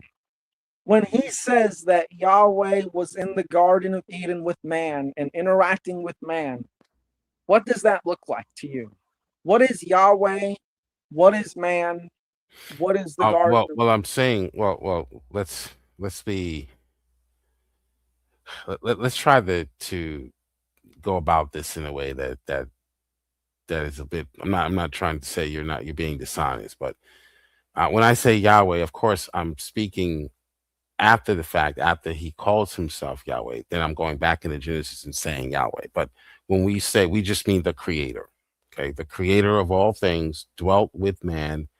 And how did that relationship look? We don't know. We will know, because paradise lost will become paradise restored. So how that relationship actually looked, or what that entailed ontologically, we couldn't tell you, but we know that Adam and God were in a relationship from the beginning, and God gives him dominion over the animals. He gives him dominion over the earth, and that relationship was severed at during or after the fall of man, and then Adam is now removed from the Garden of Eden, so that connection, that relationship now is no more, or has severely been, we would say, fractured, if you will. And then Christ, of course, Christ is the one who restores that second Adam. But that's the narrative of the scriptures. So when we see what's going on in the Old Testament later on, after Genesis, and in Exodus and Leviticus, we see God now coming in and subverting the land of Canaan, taking over the land of Canaan. We can't assume now that there wasn't that relationship, that monotheistic relationship, prior to the fall. That's all I'm saying. Can I ask a question? Yeah, just following the narrative of scripture, that's all. If you don't believe it, that's fine. You don't have to believe the story that's being told, but that is the story. We can't just ignore that. Yeah, I'm with you. I agree. You're right. But I wanted to ask TBS and Jill, what are your guys' thoughts on the existence of the other gods in the Bible that it talks about? Like, do you think that they were just idols, or do you think that they were actual gods with like powers? I think they were like fallen angels. Okay. I mean, the Bible says that when the Gentiles sacrifice, they sacrifice to devils, not to God. Right. So that's our view. That's my view from the Bible. I'm not sure what Joe would say. Yeah, they are certainly fallen creatures. Or they're worshiping, or they're seeking worship. Satan seeks to be worshipped. Do you think that the sons of God, well, do you think like the fallen angels, do you think that they are gods, like lesser gods, or just do you think that demons are a type of god? Yeah. Like the Bible refers to them as Elohim. For example, Psalm 82. Right. I mean, I understand Psalm 82. Most people would say Psalm 82 is about like human judges, I but I think disagree. the latest scholarly opinions on that, in my view as well, is that they are like the gods of the pagans. You know. So when he says, "I've said ye are gods, and ye are all the children of the Most High," he's talking to these fallen angels, and then he says, "But ye shall die like men and fall like one of the princes." So Yep. it's like, but ye shall die like men. If they were actually humans, then that would make no sense, right? But it makes sense if they are actually Elohim, you know. But they're Elohim in the real sense of the plural sense of that word. But only our God is referred to as Elohim, even though he's one God, because he's something special, you know. Right. He's like the head of the pantheon, so to speak. Well, I wouldn't say that, but that view has been put out there by even some Christian scholars, unfortunately. But I would just say that he is the head. He's the creator of all those. They are created beings. He is the creator. That's my take on it. Right. And that's That's the the best way. Orthodox view.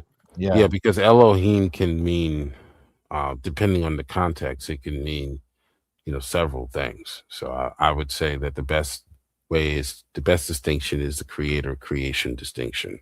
That's what the Bible presents. It presents God as eternal and uncreated. So no other being has that feat, created or uncreated and eternal. Yeah, I wanted to respond to what Jill said about my question because it kind of relates to what we were talking about.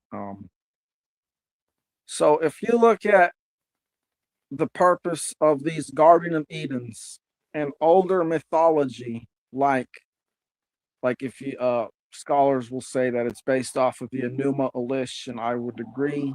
You could also find parallels with Atrahasis with Genesis. So if we look at these two myths, it basically says that the gods made mankind in their image to work the fields, and these fields are basically like the Edens. And so I think that these stories make more sense than the Bible version about how these gods or so-called gods would have interacted with man, because it basically just would have been a more advanced, technologically advanced culture dominating a less advanced, technologically advanced culture. If we look at it from the perspective of remembering the events from a cargo cult, if you're familiar with cargo cults, that's really what I think these myths are. I think they're just remembering a time when humans were basically enslaved by other humans or humanoids, maybe, I don't know, who had more advanced technology and understanding of mathematics, geometry, and astronomy and things like that. So humans were created to rescue the gods from slave labor. It says specifically things like humans were created to bear the yoke, and yes, to relieve the gods of slave labor. And you think So, that's a better story than the biblical? I well, think it says you. it's So the personally. Bible says, Scales, the Bible says a lot of things about be fruitful, multiply. You can point out some places in the Old Testament, but a vast majority of it's telling us to be loving, be kind, help people. Do you Not really to think what? Well, I'm trying. Let me ask my Okay. question. My question is, go ahead. I just want to say one thing. Sorry to cut you off, but I just want to say one thing. The real difference, the important difference, is that the Enuma Elish and those books, they practically all say that the humans were created to relieve the gods of their labor, to be basically the slaves of the gods. Whereas the Bible depicts humans created in God's image and given dominion, and we are basically his beloved creatures. He loves us. So it's a totally different worldview, But go ahead. Here's the thing: is that the Bible? I think that verse explicitly states that it gives humans dominion over things like farm animals as well as other animals. So there's a group of human beings on the planet who basically view the rest of the human race as livestock and animals. And we're basically like the slave class perpetuated by the people who claim dominion over the earth, which is not you or me, people who pay taxes, things like that. We're not that. Oh, so what you're saying is when the Bible says, be fruitful and multiply and subdue the other living creatures, it's actually talking about enslaving human beings. Is that your claim? And all other life. But also human beings. Yes. Are you saying the Jews, the way the Jews call other people goyim, that means that they think of us as cattle? Is that what you're talking about? They talking about Adam and way Eve. beyond that. This is like the origins of where that comes from. Well, the thing is, though, it doesn't. No, the thing is, the Bible refers to humans as all created in God's image. All humans, all men are created in God's image. To take another man's life is like forbidden from Genesis 9, right? And so it's all humans are created in God's image. All humans are equal, created in God's image, according to the Bible. And other animals in the world are to be set under our dominion. That's the biblical worldview, which is not found in any of those other Canaanite texts. You know what? It's actually found in a whole lot of their texts, or not Canaanite. It's found in things like Acadian texts. It might be found in Canaanite texts, I don't know. But if you look up the Ada seal, ADDA seal, it depicts exactly Genesis 1-6 in arc form in a cuneiform tablet. It's got 4 gods on there. It's got Ishtar, Enki, Shamash, and some other god that's a hunter. It's the most famous Anunnaki seal. There's no way. I'm sure you've all seen it. It's basically depicting Genesis 1-6. So it absolutely is concepts discussed. Well, there again, you have polytheism as opposed to monotheism, and they don't really describe the humans as the image of God or as given dominion over the earth. They're not described that way. That's what I'm saying to you. That's the difference. Oh, yes, they do that. They give dominion to the priests and the kings. That's who the gods give. Okay, so that's different. That's different. Humans. Wait. The difference in the Bible is all humans there are given differences. this dominion. There are differences. Well, that's the point.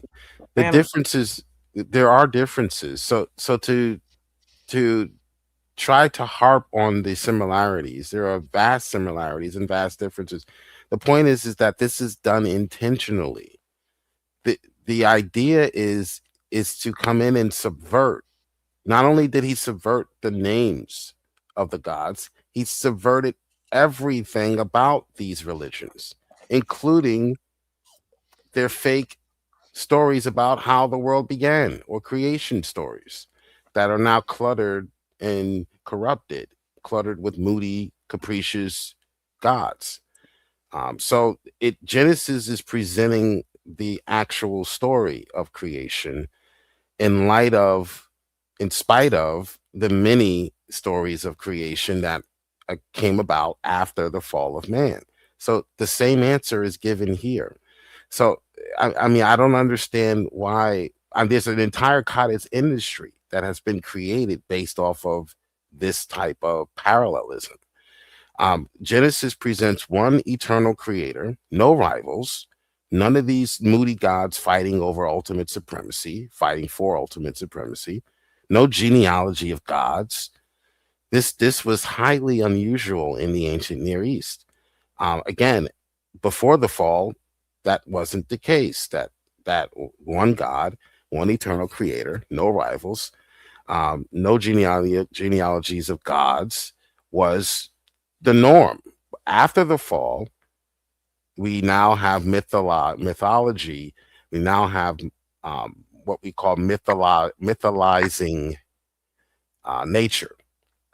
So the surrounding religions turn nature, sun, moon, stars, into divine creatures. So we have the demytholizing of nature when we have the calling of Abraham out of the land of the Chaldeans. That's the point. Genesis strips nature of divinity, and the New Age practitioners don't like it any more than they did, back in the ancient Near East. Okay, well, here's Yeah. my point: Oh, go is ahead. ultimately, did these Abrahamic priests do anything to stop the actual power structures that the Near East, like civilizations like Babylon, that kept them afloat? The systems like military dominance, monetary dominance, the priest class subverting the people through a monopoly on information. Did they do Well, anything to well, stop? That's why you had the wars of Canaan. That's why you had the Lord of Hosts there's that. and the There's wars that, of but no, Canaan. there's also the fact that the human rulers of Israel would actually, you're right, they would actually fall to those same kind of temptations, that they would make alliances with these foreign powers like Egypt and Acadia. But what happens is that Babylon. God would judge them. Yes, God would judge them for that. And the Bible records that they're being like punished, judged, and just held to, they're being condemned for doing that. Exactly what you're talking about. That's the thing. That's why the Bible's totally different than any of those other texts. It's like a complete, like you're just not understanding how the Bible's like against those in every aspect of what you're talking about, I mean, I would say Jesus is against those things that I'm talking about. The red letters are against those things that I'm talking about, but Yahweh is not. Okay. Well, let me give you an example. You were talking about how those other powers, such as the Babylonians or whatever, right? That they would have their king, their priest kings or their god kings. They would go and conquer nations, and they would oppress the poor. They would be violent, genocidal maniacs, right? And the thing is, when the Hebrews formed alliances with them, or when they worshiped their gods, or when they ever did anything like along with their behaviors, God would judge them to the point where finally God sent them into exile in Babylon. And that was all and it literally tells us, the Bible literally tells us repeatedly, that it's because they formed alliances with them. They followed their ways. They didn't follow the ways of Jehovah. They followed their ways, the ways of the Babylonians, the ways of the Egyptians, etc. Let me ask a question. Fundamentally, is the United States today any different from the way those civilizations you just described in the way that they operate? Yes. Wait a minute. Let me clear this up. Are you asking, is the United States different from Babylon and these other kind Well, of? I mean, based off of the way Toronto Bible Study just described Babylon as an imperialist state that goes into poorer lands and dominates them and exploits the poor. This is exactly what the United States does. Wait, no. Okay. Well, I there's don't. some argument for that, I guess. That Go ahead. nonsense. Now, that is. How's it nonsense? Hold on, set scale.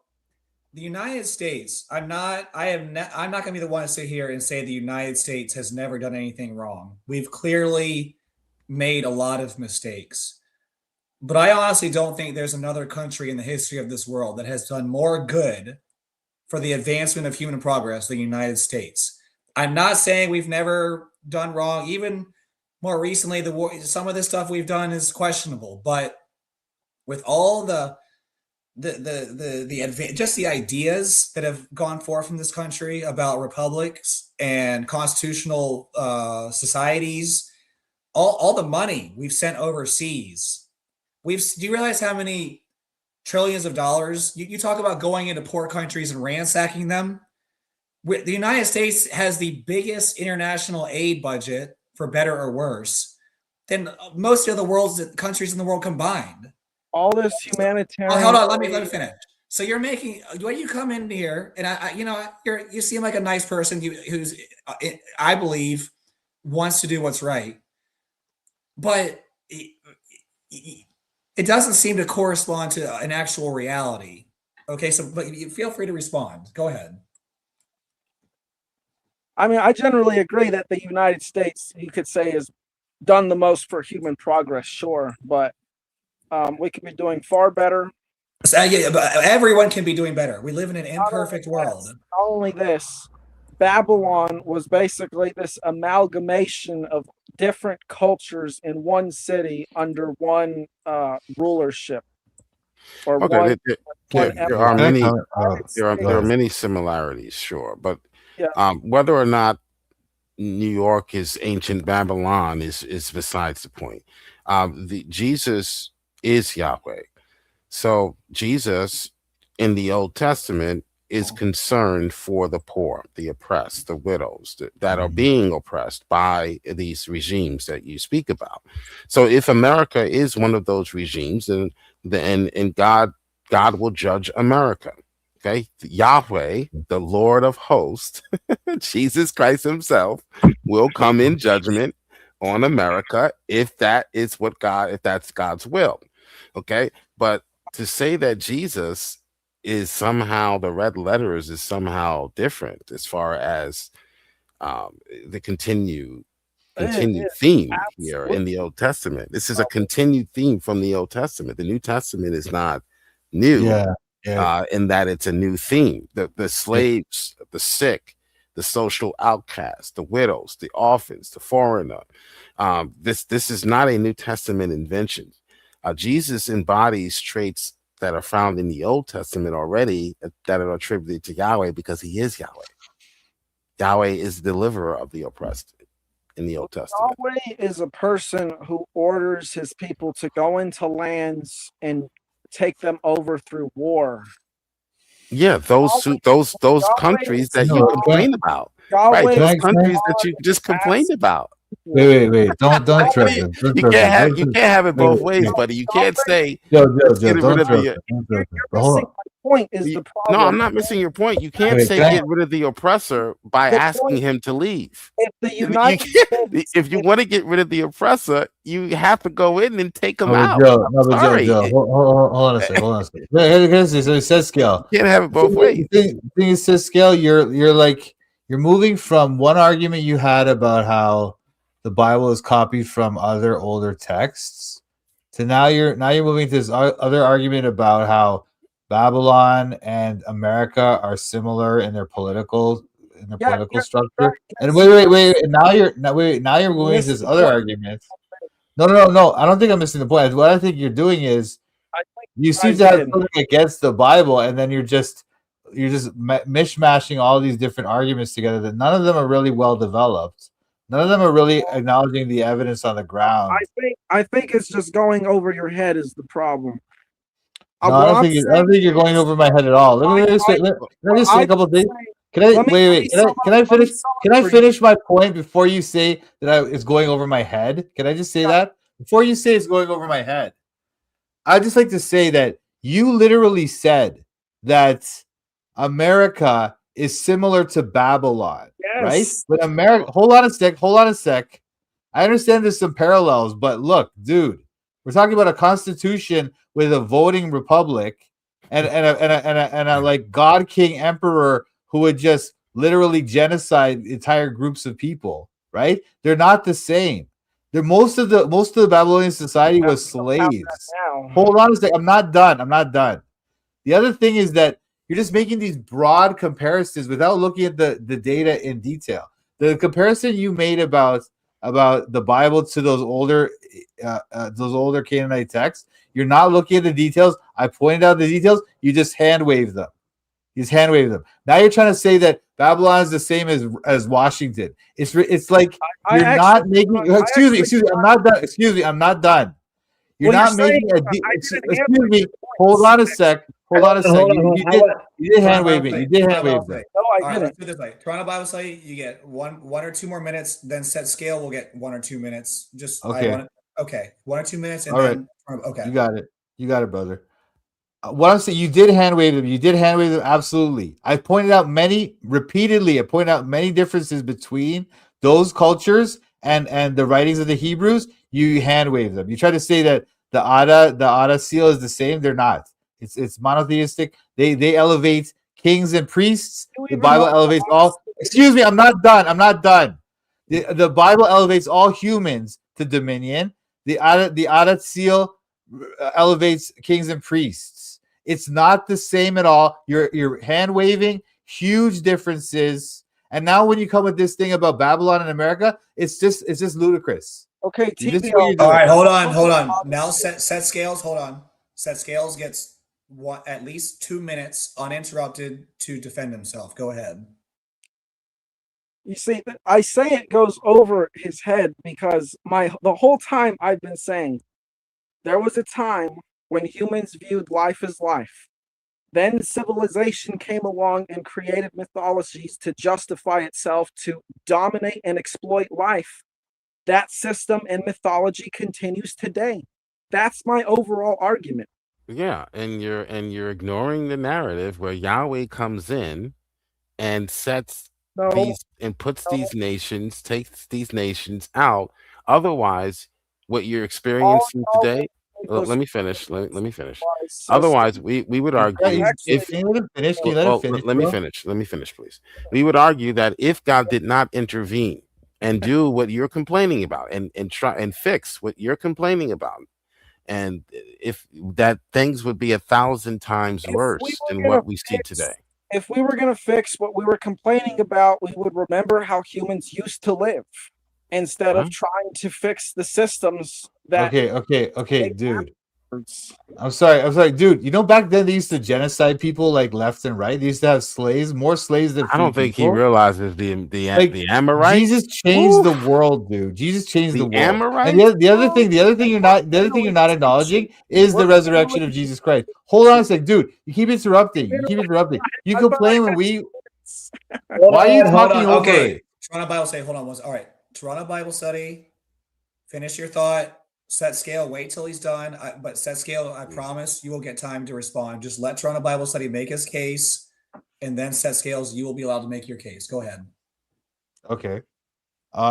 He says we should go back to the way it was before. Well, back then people were genocidal cannibals and other like human sacrifice was a norm. It was absolutely insanely crazy back then.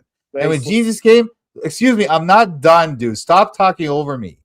When Jesus came, the world changed. Okay, the world has never been the same since he came back.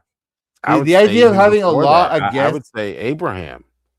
I would say that's true too. That's true too. It started with him, but Jesus really made the change incredible. But the thing is, the whole thing that you're not acknowledging is that thing, the resurrection of Jesus Christ. You're not talking about the historical evidence there. You talk about you're excuse me, I'm not done, dude. This is ridiculous. There's no historical evidence of the resurrection. This is absurd.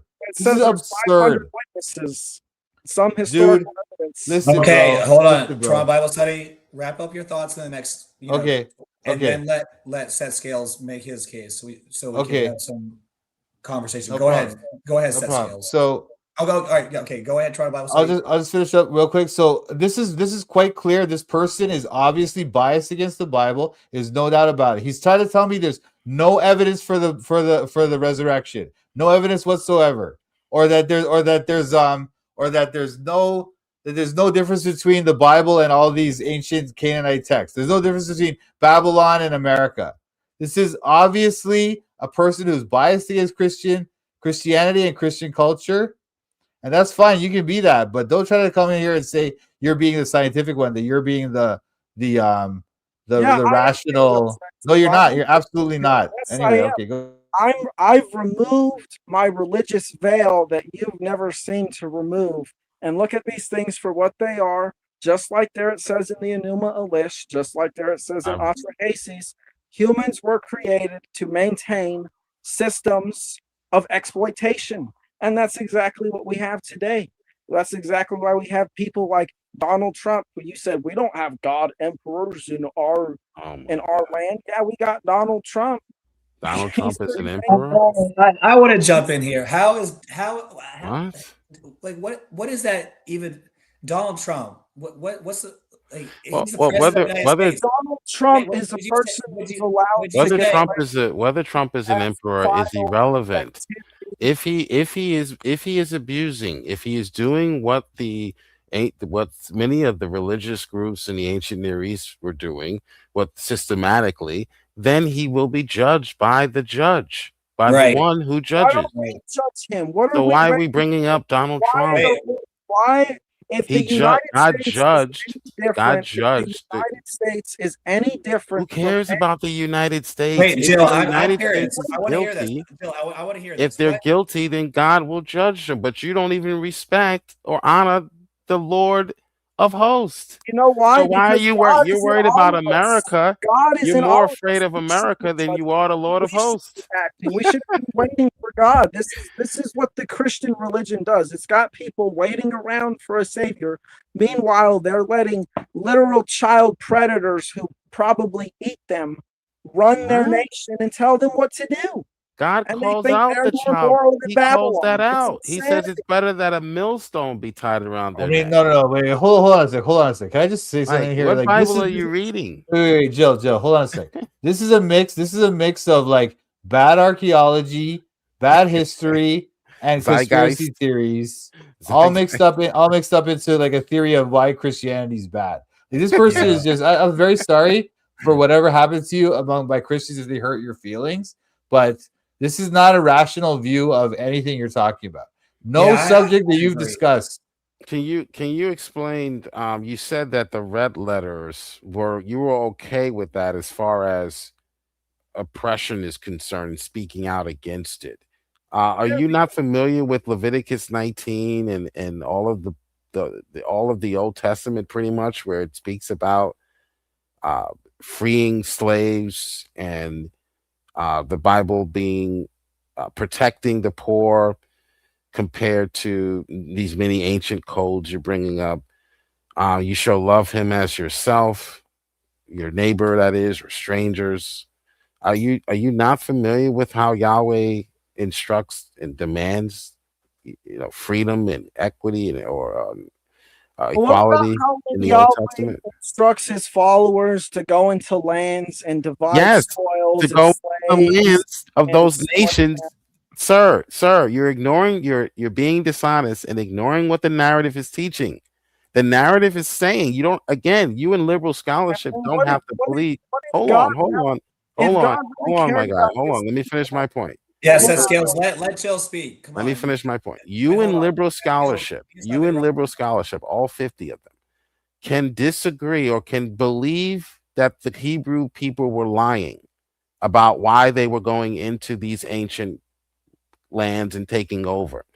The reason they give in the narrative is because they are killing children systematically, abusing women, systematically oppressing people, oppressing the poor, putting people in slavery, enslaving them. So God sends an army in to wipe them out and take them out of power. And you Okay, now let so you set have a scales. problem. Now you have Why a don't we problem do with that God going in and Why don't we taking them do out of power then? after you complained about those who are in power and abusing people. I don't understand how you're being consistent here. Well, first of all, because those Canaanite uh, regions you're talking about, they worship the same pantheon of gods that Yahweh comes from. Oh my And God. We've they already use the gone, slang sir, you're of Hold on, walking Jill. back. We've Jill. already All gone right, through Jill. this. This is a Jill. polemic. yeah, So which means stop that going it's backwards. not Let's move based forward now. So there's a polemic polemic is an against these argument. nations. Polemic is an We gotta let attack. him speak It's to it. not We It based. can't. is attack, but it's not a It's not physical based. attack. God did both. He No, it's physically not. attacked them It's and he not attacked based them. in truth. He attacked them in Polemic a way polemically, in a are not poetic way. based in truth. Do you understand that polemics are Yeah. not based in truth? Okay, we'll get to the bottom. Say what you have to say, but I'm going to go right back to where I left off in the line of questioning. Yeah, Don't well, run like I away. was saying, if they're going out there and killing these child predators, why do we allow ourselves to be led by these very same people in the modern day as Christians? Who are you talking about specifically? I The have no United idea. Let's States, just let him go. the Just let him United go. But we're going to States, go United back to the States. line of Wait, questioning. Jill. the I'm curious. millions, Who Go are the ahead. child predators? Who are the child predators leading us? Name them. well, they released those lists late recently, but Who is it? Give me the around names. a long Who is time. it? Who's on the list? Tell me the list. Well, Who's on the list? The main one I know is Donald Trump. He is not on the list, dude. All right, listen to me. Epstein. Okay. All right, we're talking about the Epstein list. Donald Trump was He is not in- part. he's Hold in on. the Set European scale. side. Set scales. Oh Come God, on. now he wants to talk about let me Epstein. correct you. Hold on, Joe. Donald, you're talking about the Epstein list. Epstein was a major donor to the Democrat Party. You did not bring that up. Hold on. I'm not done yet. I'm not done yet. Trump, honestly. Hold on, set scales. Let me finish. Please let me finish. Because you're bringing things up.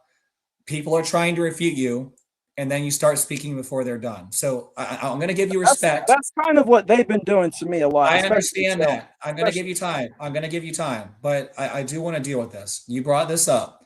You said we're being led by child predators. I asked you to give me specifics. You talked about the Epstein list, and then you said Donald Trump is on it. That's a lie. He's not on it.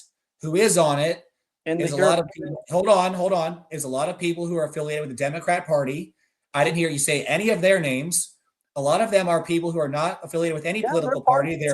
They're not part of the United States. They're part of royalty in other countries. You didn't mention any of them. So again, you are coming at this as having some sort of agenda that is not. You don't seem to understand my position, either. You see, I'm saying all of civilization is a problem. All these monarchs. What do we want to do? I understand your position, and so what's your solution? They are all and I'm showing you Yahweh coming in, stepping in here, and you're really stuck. Yes. So can I continue along my line of questioning? Wait, Jill. I want set scales to be on record. Are you an He's just distracting you with this Trump stuff. Like, who cares about Trump? I want to ask the question and then hear his answer. No, stop. I am an anarchist. You are an anarchist. Yes. Because we need to go start. How many times has anarchy worked in human history? How many times has it been tried in human history? It hasn't been tried because it doesn't work. It doesn't work, man. So how does anarchy work? Let me. So there's just no ruler, no leader. We all just walk around. Exactly what I said. It's a society based entirely in self-respect, respect of individuals, and being responsible. So are there laws? Are there laws in a universe like in a society like this? No, there's internalized principles based in truth. You have to get everyone on the same page. Not everyone. Usually have everyone's gonna be on the same page. That's the thing, anyway. But sorry.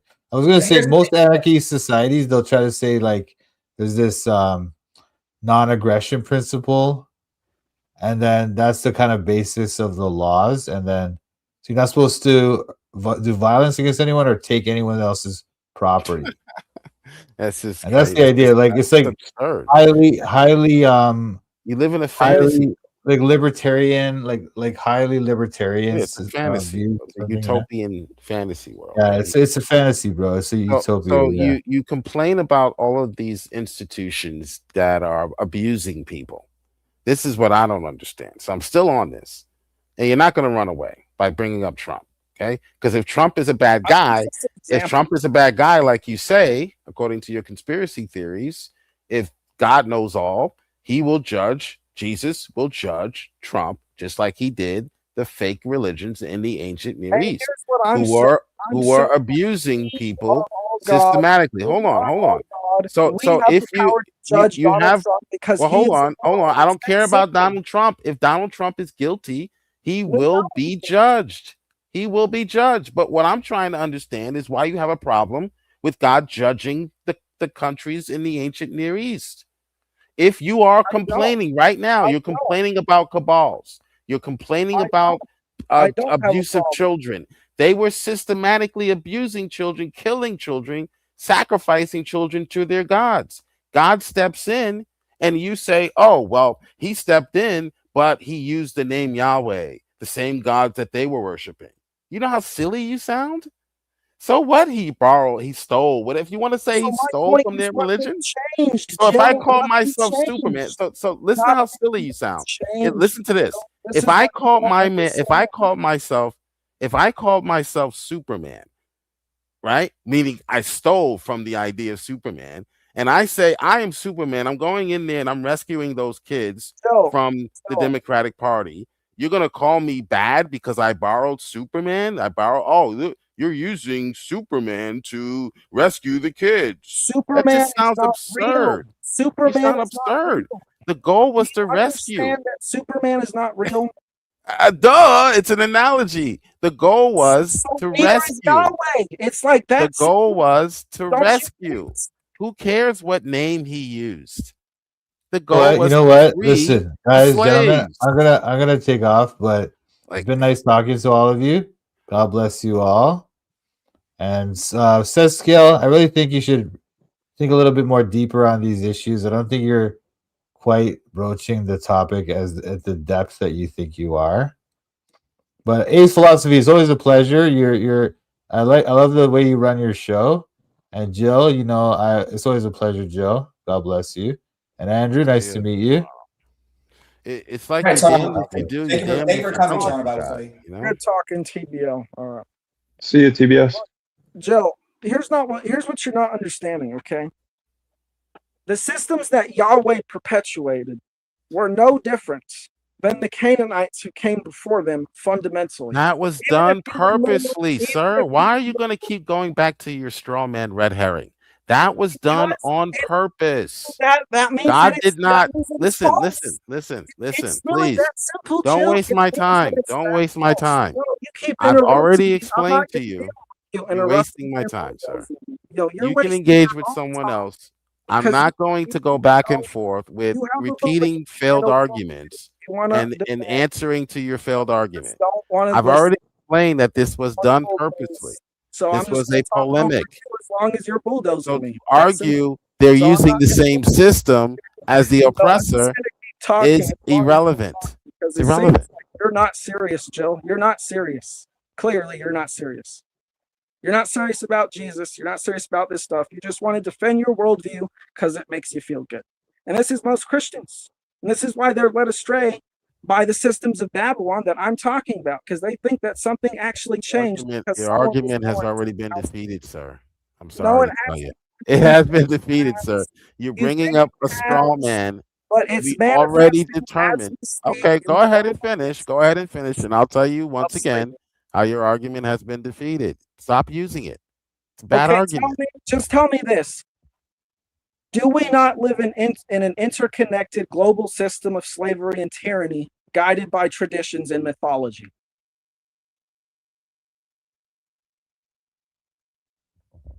Yes, God used the same system that was already in place. That's not an argument. Well, it's not We God's system. already know that. God's Scholars system. have already admitted that on both sides. He purposely goes into the land of Canaan, subverts their culture, their gods, everything, their systems. He even took the slavery system and customizes it after his liking. So again, you're not doing anything by going in and saying after the fact, look, Yahweh used the same system of the oppressor to free the oppressed. Duh.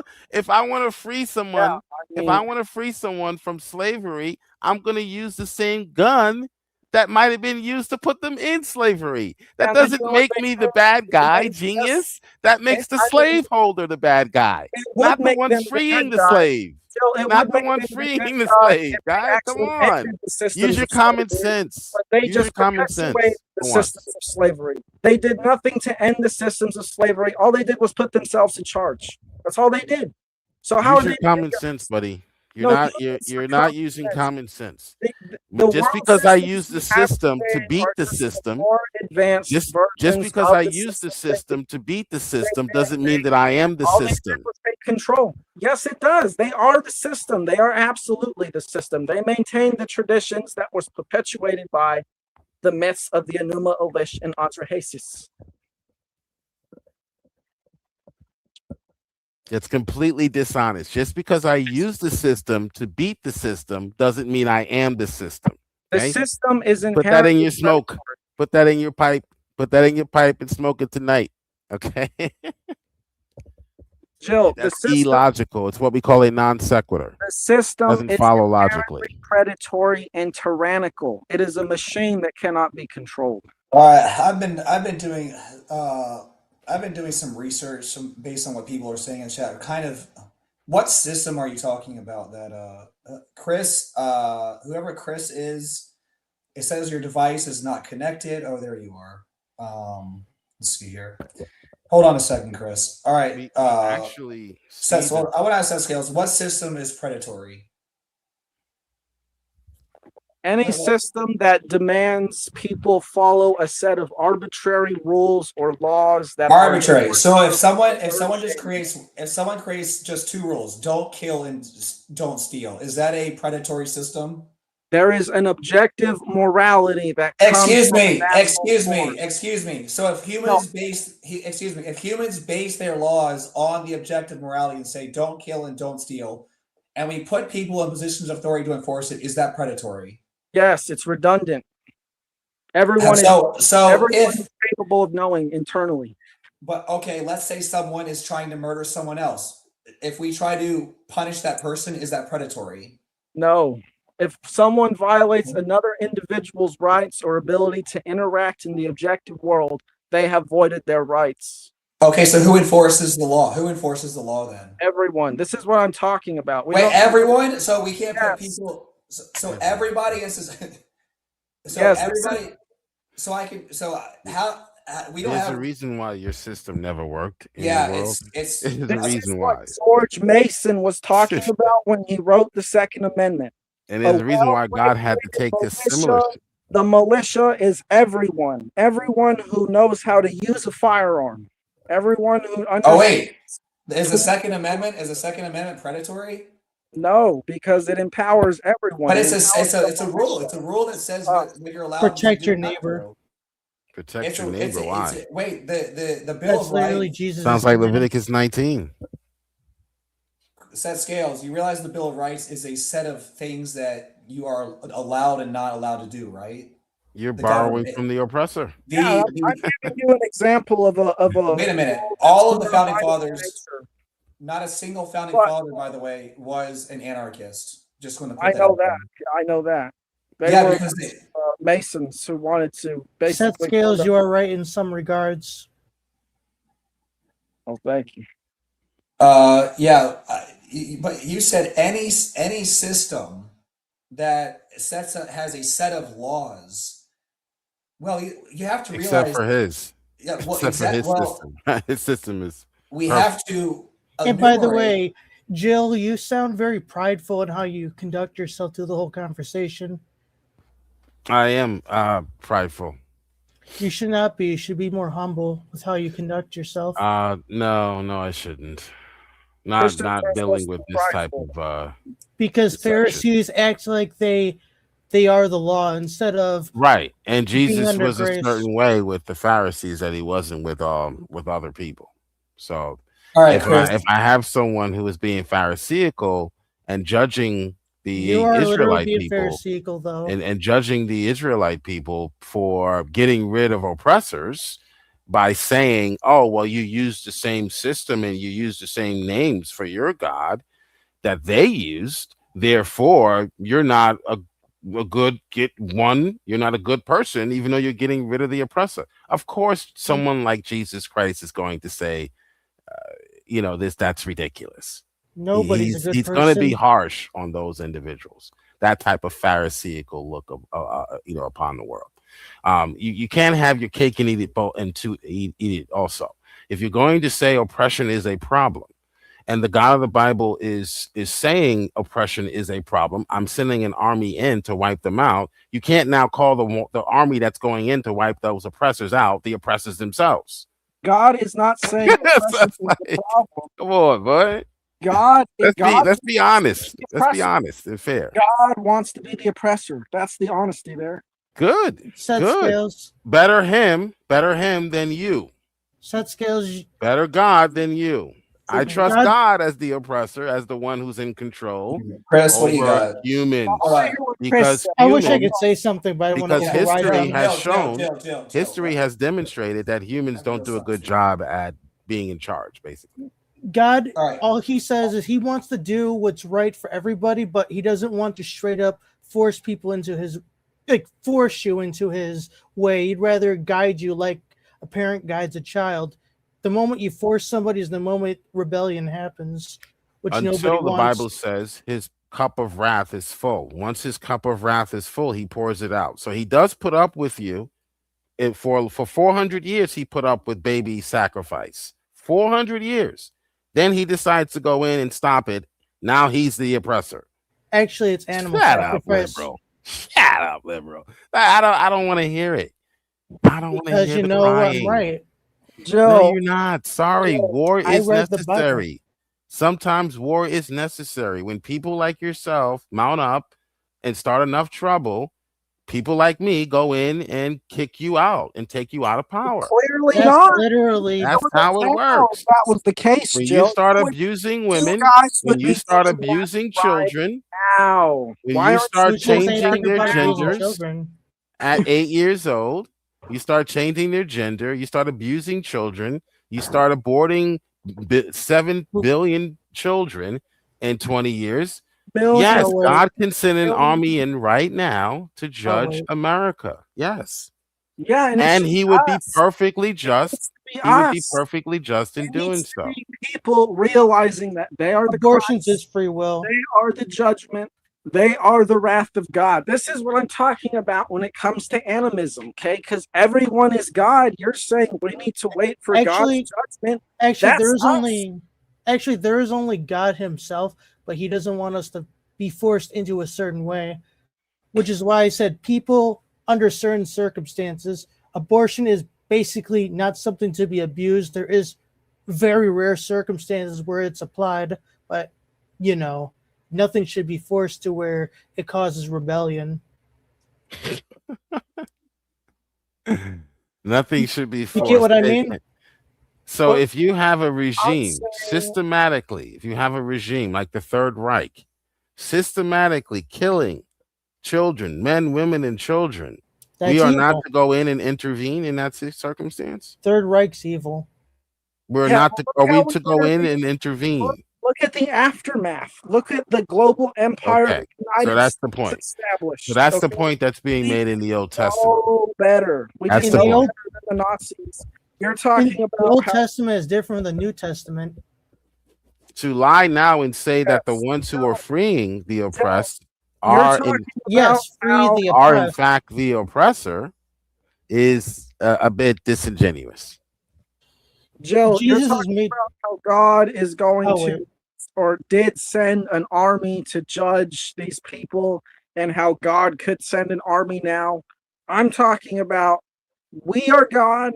We can recognize that we're God and come into alignment with how God actually views itself and the higher standard that God has for itself. And we could be that army through self-realization. But instead, we have Christianity telling us to sit around and wait for Jesus. I'm Christian. All I say is I understand in a way what you mean. The way I look at it is like we are God's hands and feet. That's the way you're putting it in that perspective. So there's also economic justice that's going on in the Old Testament as well. So God steps in and helps the poor as well. So I guess he now becomes the oppressor of the poor because he's helping the poor. So by helping the poor, he becomes the oppressor of the poor, according to your theory, I guess. Yeah, I mean, this has just become an absurdity to me. I mean, I guess. But Yeah, I just didn't like any kind of, when people say God is like in the oppressive type, but more he wants what's best for us, doesn't want us to be forced into something. And when we look into the Bible, we show his character. He is more of a liberator than an actual oppressor. So yeah, it cringes me out when everybody wants to go war God. well, war is sometimes necessary. So you That can't scales. just say that because God goes to war, he's an oppressor. War does not automatically make you the oppressor, especially if you are going up against an aggressor. Liberation. Like the first Crusades, for example. The Muhammad pushed all the way to Spain. So I would say that war was justified. If you have a man walking around, running around, cutting people's I heard throats. A's say something. What did you say something? A's, I think. That's literally might makes right. What you said, Muhammad. If when he Well, wins, here's he's the right. thing. God was on his side. I think where set scales No, is. never I said think God was on his side. I said justified. I said it was justified because because of Muhammad's aggression. Had he not been aggressive and he had stayed in Mecca or Medina, then and he was attacked at that point, then I would say that that is not a just war. my But he question pushed is, all the way to Spain, slitting throats. let's By the say way, I'm not familiar with Muhammad, so excuse me. Whatever. I think where set scales is going wrong is he has in his mind, his system, any set of laws is necessarily oppressive, and that's just not true. There are laws of righteousness which You mean anarchy? the anarchic system is premised on any system of code of laws that is enforced by some sort of structure is oppressive. But There you is laws by default in our hearts. Well, yeah, but how do you enforce them on society? You have to have a structure in place to enforce them against people who don't want to follow them. If you don't Yes, have, humans These are tribal creatures if we're speaking from the heart. So, yeah, based on the scarcity and what the severity what somebody does, that's usually what gets judged there from human tribes. I don't know how else to say it, excuse me. Can I set clarify skills, you have a what the lock from your law home, is? right? You have rules in your house, right? I'm going to clarify Everybody has what the rules, law hopefully. is. No, Okay, I'm you have going to rules tell in your house. I'm going to Set tell skills. you. I'm going to tell you what the law is. Okay. What's the only law in your law house? that exists is natural law, which comes from nature and is Technically, predator and prey, yes. no, it is not. It's not. What's the natural law in your house? It's What's one of the natural? Give us one of the natural Joe, laws. would you stop asking me questions while I'm talking? yeah, let set scale lay out his vision. Let's Yeah, just hear sure. it. Tell us about this natural law. That's at least how I Natural see it. law is rooted in the foundation of self-ownership. Each individual being is basically responsible for how it acts in the objective world. That means that we all have a subjective experience, but our subjective experience it impacts the objective world. Sounds Objective great. morality centers around you Sounds great. because you own yourself and you are interacting in the objective world. Everyone else does as well, just as much as you do. Everyone is equal in this ability, in a spiritual sense. However, when Makes one sense. chooses to interfere with another being's ability to interact or express themselves in the objective world, it is bad every time in the sense it is objectively and morally wrong because through actions which initiate harm, you are claiming responsibility. Without that individual's consent, you are initiating harm against over their actions and how they choose to interact in the world. So, for example, if you choose to assault someone with a baseball bat because they're not paying you protection money or something, you are interfering with their ability to interact in the world by causing objective and measurable harm in their life. So if you hit them with the baseball bat in the knee and you break their knee, now they won't be able to walk for several months. All right. Let me ask you. I want to ask you some questions. So where does this The heck? natural moral law come from? What is its source? God. Okay, so God has created a natural moral law that applies universally and transcendentally to all people, right? That's besides the point. Well, let me ask. Well, It's a non-starter. It's a non-starter. I don't even know why you're starting an argument about this. Who cares? yes, free will is the most sacred thing that should never be violated. I want to go through this with set scale. Set scale. I know. Let him answer. So you agree, set scale, that God has established as part of creation a natural moral law that applies to all people at all times, right? Well, first of all, there is no creation. There's only being and existence. Whatever, And existence. We live in a reality. As part of this reality that is founded in God, there is a natural moral law, right? I mean, it's really just just Okay, so how has that law been revealed to us? It's pretty much revealed every time that you do something bad to someone and you feel shame. That's God speaking to you. Is it? It could be What? culturally So, learned the way you describe it. If I, it's not, you're basic. A lot of criminals probably don't feel shame. That's why they do what they do. They probably, it doesn't Because matter if they feel shame. their trauma in life has basically weeded their conscious out of them. They don't have So it's revealed So in now we shame. get to the practicality of the whole system you've created. What we all agree, we both agree, this is a non-starter. We all believe in natural law coming from God, whatever you want to, however you want to, Free will whatever the sacred. origin is. We all believe that. So what happens now when someone violates that system? The system doesn't just correct itself because you feel remorse. It actually What if they don't feel remorse? Now you have to take action. Now you have to mount up an army to go in and take out those individuals who are causing the harm. Or at least protect yourself. Just that simple. And here's the thing. That's called the real world. Is that Okay? it's not Those Yahweh, people doing that, do not all of a sudden now become the oppressors. it's not Yahweh that is the source of this, though. The source of this is the fact that everyone is responsible for how they interact in the world, and no one else has a right to interfere with that. There's no Yes. Everyone's an your opinion. ecosystem. That's your opinion. We say Yeah, Yahweh yeah. is the creator of all things, And that's he true demonstrates from my himself end. to be the creator through the immutable fact, historical fact of resurrection. So if you don't believe in a creator, that's fine.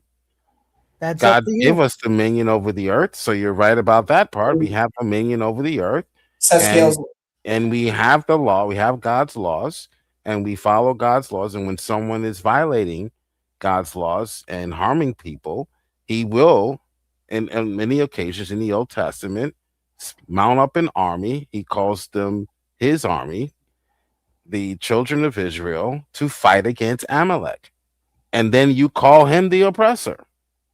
Yes. Again, the you're not. This is a non. Your worldview just makes zero sense. It's sort of like a liberal. I mean, it's just like World War II. You're sort of like a 21st century liberal. Oppressors, and then we just turn into something worse. Like, yeah, I know. That's Ace has a question. Yeah, I'm trying to, dig in this. So, I was trying to understand your concept of God. Is God a conscious being? When you use the term God, let me explain. Okay, here's this is God. defund the police, but call 911 when you get robbed. Jill, let Set Scales respond. Is God a conscious, aware being? That's a good question. God is the most conscious and aware being, and that's what makes it God. Okay. Essentially, thank you. We live in existence. Existence is very large compared to us. We're basically like tunnel vision in this space that is God oppressive in your mind? Is God an oppressive being or a loving being? What have I been saying? I don't know. I've been saying that our gift from God is the ability to live any way we choose. All right, can you just answer the question? Is God oppressive or not? I just want a yes or no. Is God oppressive? How does that sound oppressive?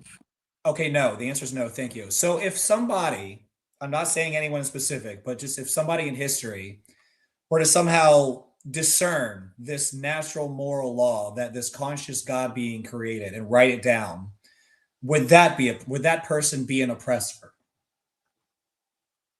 I'm sorry. Could you just repeat the question? Hold on 1 second. Someone's leaving. I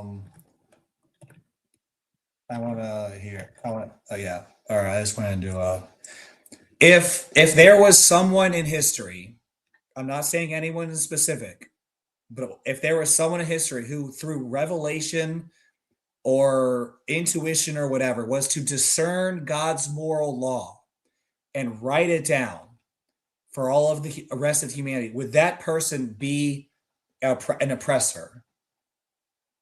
It depends. We could look to an example like Hermes Trismegistus. No, I'm not talking about any example. I just want a general answer. Is that person, whoever it is, I don't care.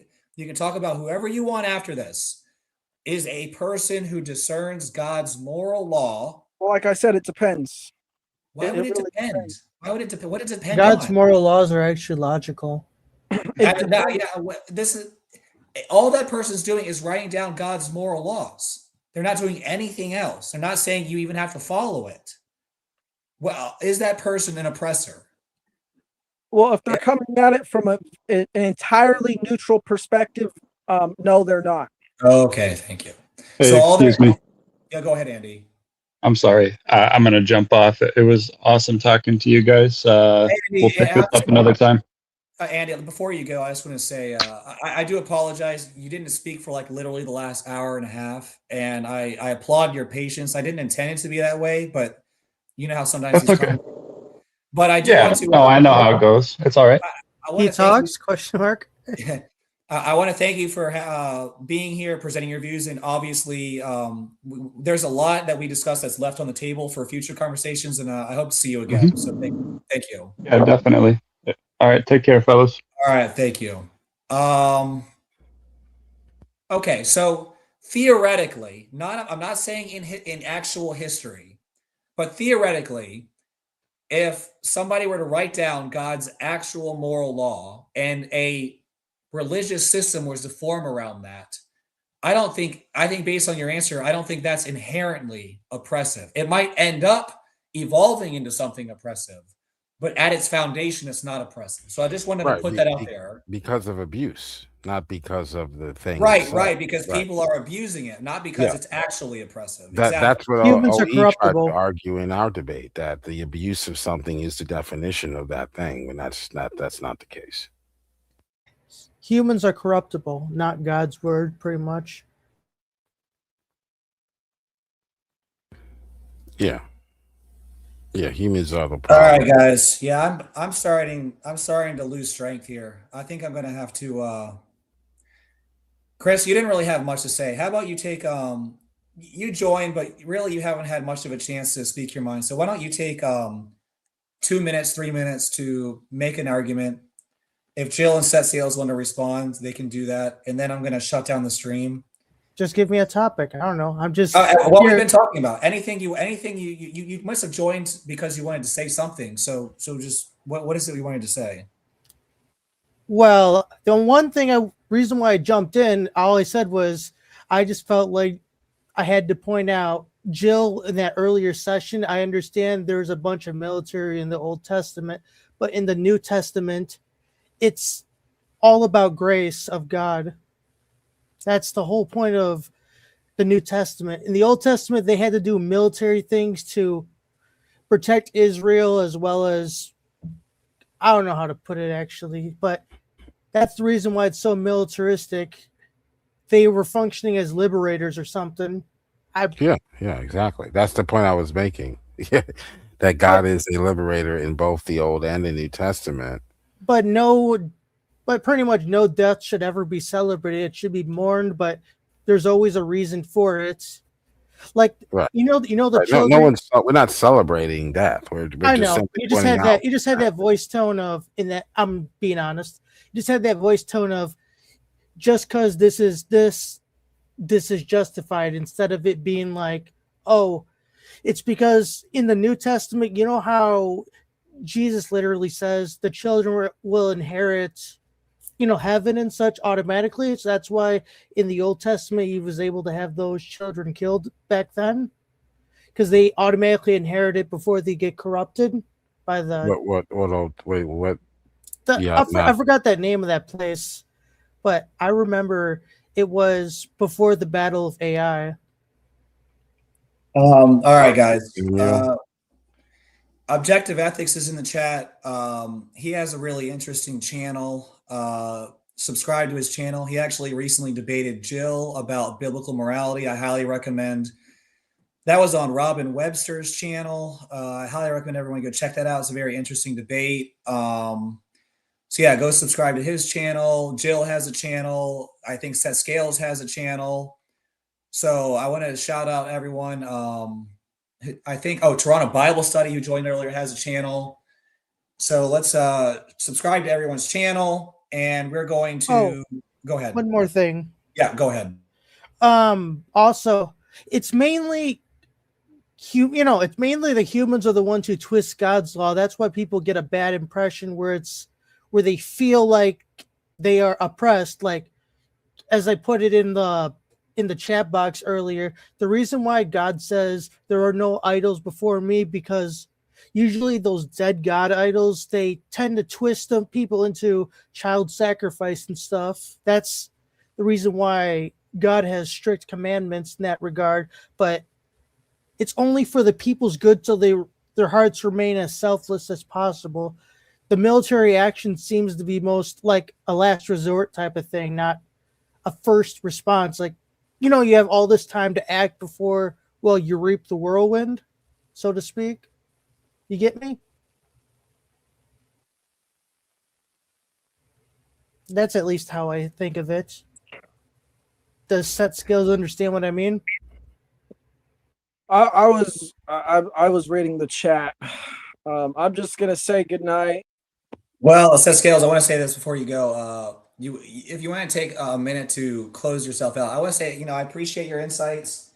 You have some interesting ideas. I agree with Toronto Bible Study, though. I think, and I want to say the anarchism, I think, is dangerous. I think you should probably go more libertarian, more limited, maybe conservative in the idea of limitations on government.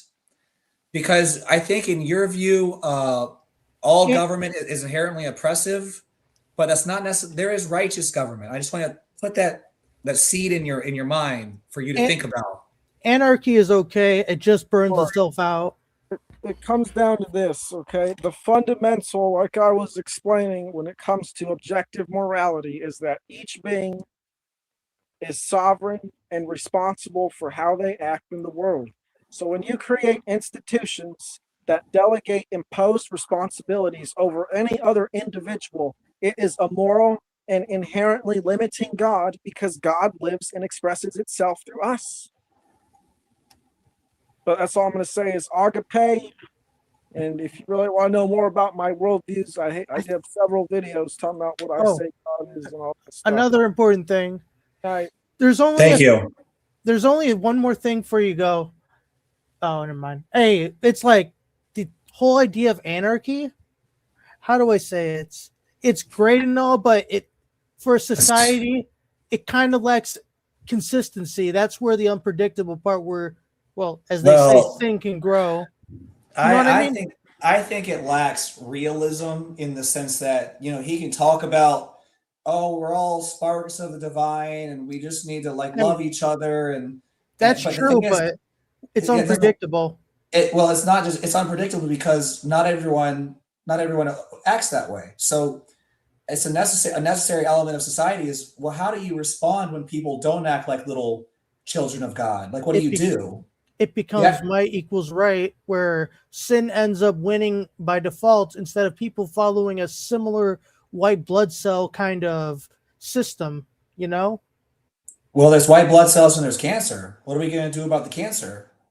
That's where it's like there has to be some sort of immune response, so to speak, against, as you say, cancer or whatever disease attacks the body, the body being society. Right. And the question is, the big question, which we're all here to figure out, is what is the set of morals? What is the moral system we're supposed to be following? How do we figure that out? Ironically, though, our body literally follows that same rule. Yeah, so even your body has rules that it follows. So that's the point. And without those rules, your body would disassemble. Disintegrate, yeah, exactly. Be chaotic, right? Anarchist. That's literally what a fever does. If it overdoes itself, it will end up killing the body. Right. Yeah. War is comment. necessary even inside of your own body. Yeah, and I'm going to go ahead and argue at this particular moment in history, the only way we can the best access we have to the objective moral stand that applies to all people is through revelation. We can get close to it by philosophy, but we can't know it with certainty except by somebody directly experiencing that revelation from God and telling the rest of the world what it is. And I believe Jesus did that. And on that note, we're gonna move to closing statements, and we'll go in reverse order of how people joined. Chris, take two or 3 minutes to say whatever it is you want to say, and then Jill will have 2 or 3 minutes. Go ahead. Well, I don't know what to talk about. I just had to jump in just because I didn't want pride clouding literally anyone. I just wanted to speak as straight as possible. But I do believe everybody, like the entire ecosystem, the whole idea of, well, I believe everyone's interconnected where, how there's always a hunter and hunted, there's always a beneficiary versus benefited, or, like a give and take type of thing. I feel like our whole ecosystem's like that, but the moment abundance happens, the Lord Savior comes back, we won't need any of those hunters or, the ones who take or give. We can actually finally have that kind of peace, which we all need. That's what I believe anyway. Well, thank you for that, Chris, and it's good to talk to you. I think it's the first time you're on the panel, so you're obviously, I think you made some good contributions, and you're welcome back. Yes, just if I find you again, out of luck or Well, sub to my channel, and then it won't be luck. You'll get a notification. all right. Well, it must be a I mean, if valid you want sign. to, I'm just throwing it out there. If you sub to my channel, you will see, and I try to do at least one per week. Okay. How will I know if I see you? Because I could be random computer someday. So go to A's Philosophy YouTube channel. That's no, the I name of my mean, channel. times that you're mostly going to be active. It's totally random. I don't have a set as right now. I don't have a set, and I usually start streams. I don't even plan them ahead half an hour in You just advance. do it. do I it. got So you. I feel the same way when I you're do just things. gonna have to just be on the lookout. But if you do see a stream, you are welcome. That's what I'm Yeah. gonna put out. But yeah, to me, I believe everybody has how there's always a hunter, and then there's always another person who, like hunted then hunted. There's always that. I feel like our whole dynamic of life is literally revolved around taking and getting taken. But there are those in between who's like, well, I should say the best thing I call like entropy, like a parasitic type of thing that destroys both parties. That's what I believe from the naturalist angle, But then I was like, as soon as Jesus comes back, we won't need any of that, and both sides of the party can live in harmony. That's at least how I envision it, in the most naturalistic sense, so to speak. All right, thank you, Chris. Is that weird? Nancy has. I did not kick Nancy. Nancy, she just popped in and out. She popped in, and her device looks like her device has some sort of malfunction. Yeah, I'm getting it from StreamYard. So. What do you think of that worldview? Just being a pure naturalist, but yet having faith in God's moral laws and all that. Well, naturalism is a term to me that doesn't really have any. It's almost like the word Christian, though. What does it actually mean? Like to me, I believe again. I know there is God, there is morality, there. It's all written in our hearts, basically, like do not murder. It's basically common sense things, as well as I understand, recently on why no false idols, because they literally lead you to child sacrifice or something to corrupt your way, of selfishness. That's how I see it. But in the natural animal kingdom, they just do their own thing, but they have their own, quote, laws in their own hearts, but yet they're more, moral free agents, so to speak. But that's majority of the time they follow a specific rule book, so to speak, in their own way. You get me? I'm thinking about. it's hard to explain, but I think I get what you're saying. I think what you're trying to say basically is deep down we all kind of have a it's almost what set scales. We have a conscience that tells us what's right, but we don't necessarily follow it, kind of thing. pretty much, yes. In its own way, even animals have this sort of thing. I don't know if it's. Oh, hello to you. Yeah, I'll get to Nancy. But yeah, that's pretty much what I get at. Like, we're all deeply connected, but I know there is a God. But I just the only thing I'm uncertain of if we're the only planet, which sounds strange. Like there's a planet, each life-bearing planet has a Bible of their own. Into I mean, at the very end of the end game, where all the species actually meet and harmony with each other, as the universe is very big. And Jesus is coming to unite all of us in some, I don't know, universe train of everybody just interacting with Like stuff. Star Wars. Yes, Wars. pretty much. It's basically A peaceful Star Wars. A peaceful Star Wars, pretty much. You get me? The Enterprise is going to come and get us that all, would be- pick us all up. Right. That would sound pretty cool, though. It sounds to me like you've been on a Star Wars binge recently. Yeah.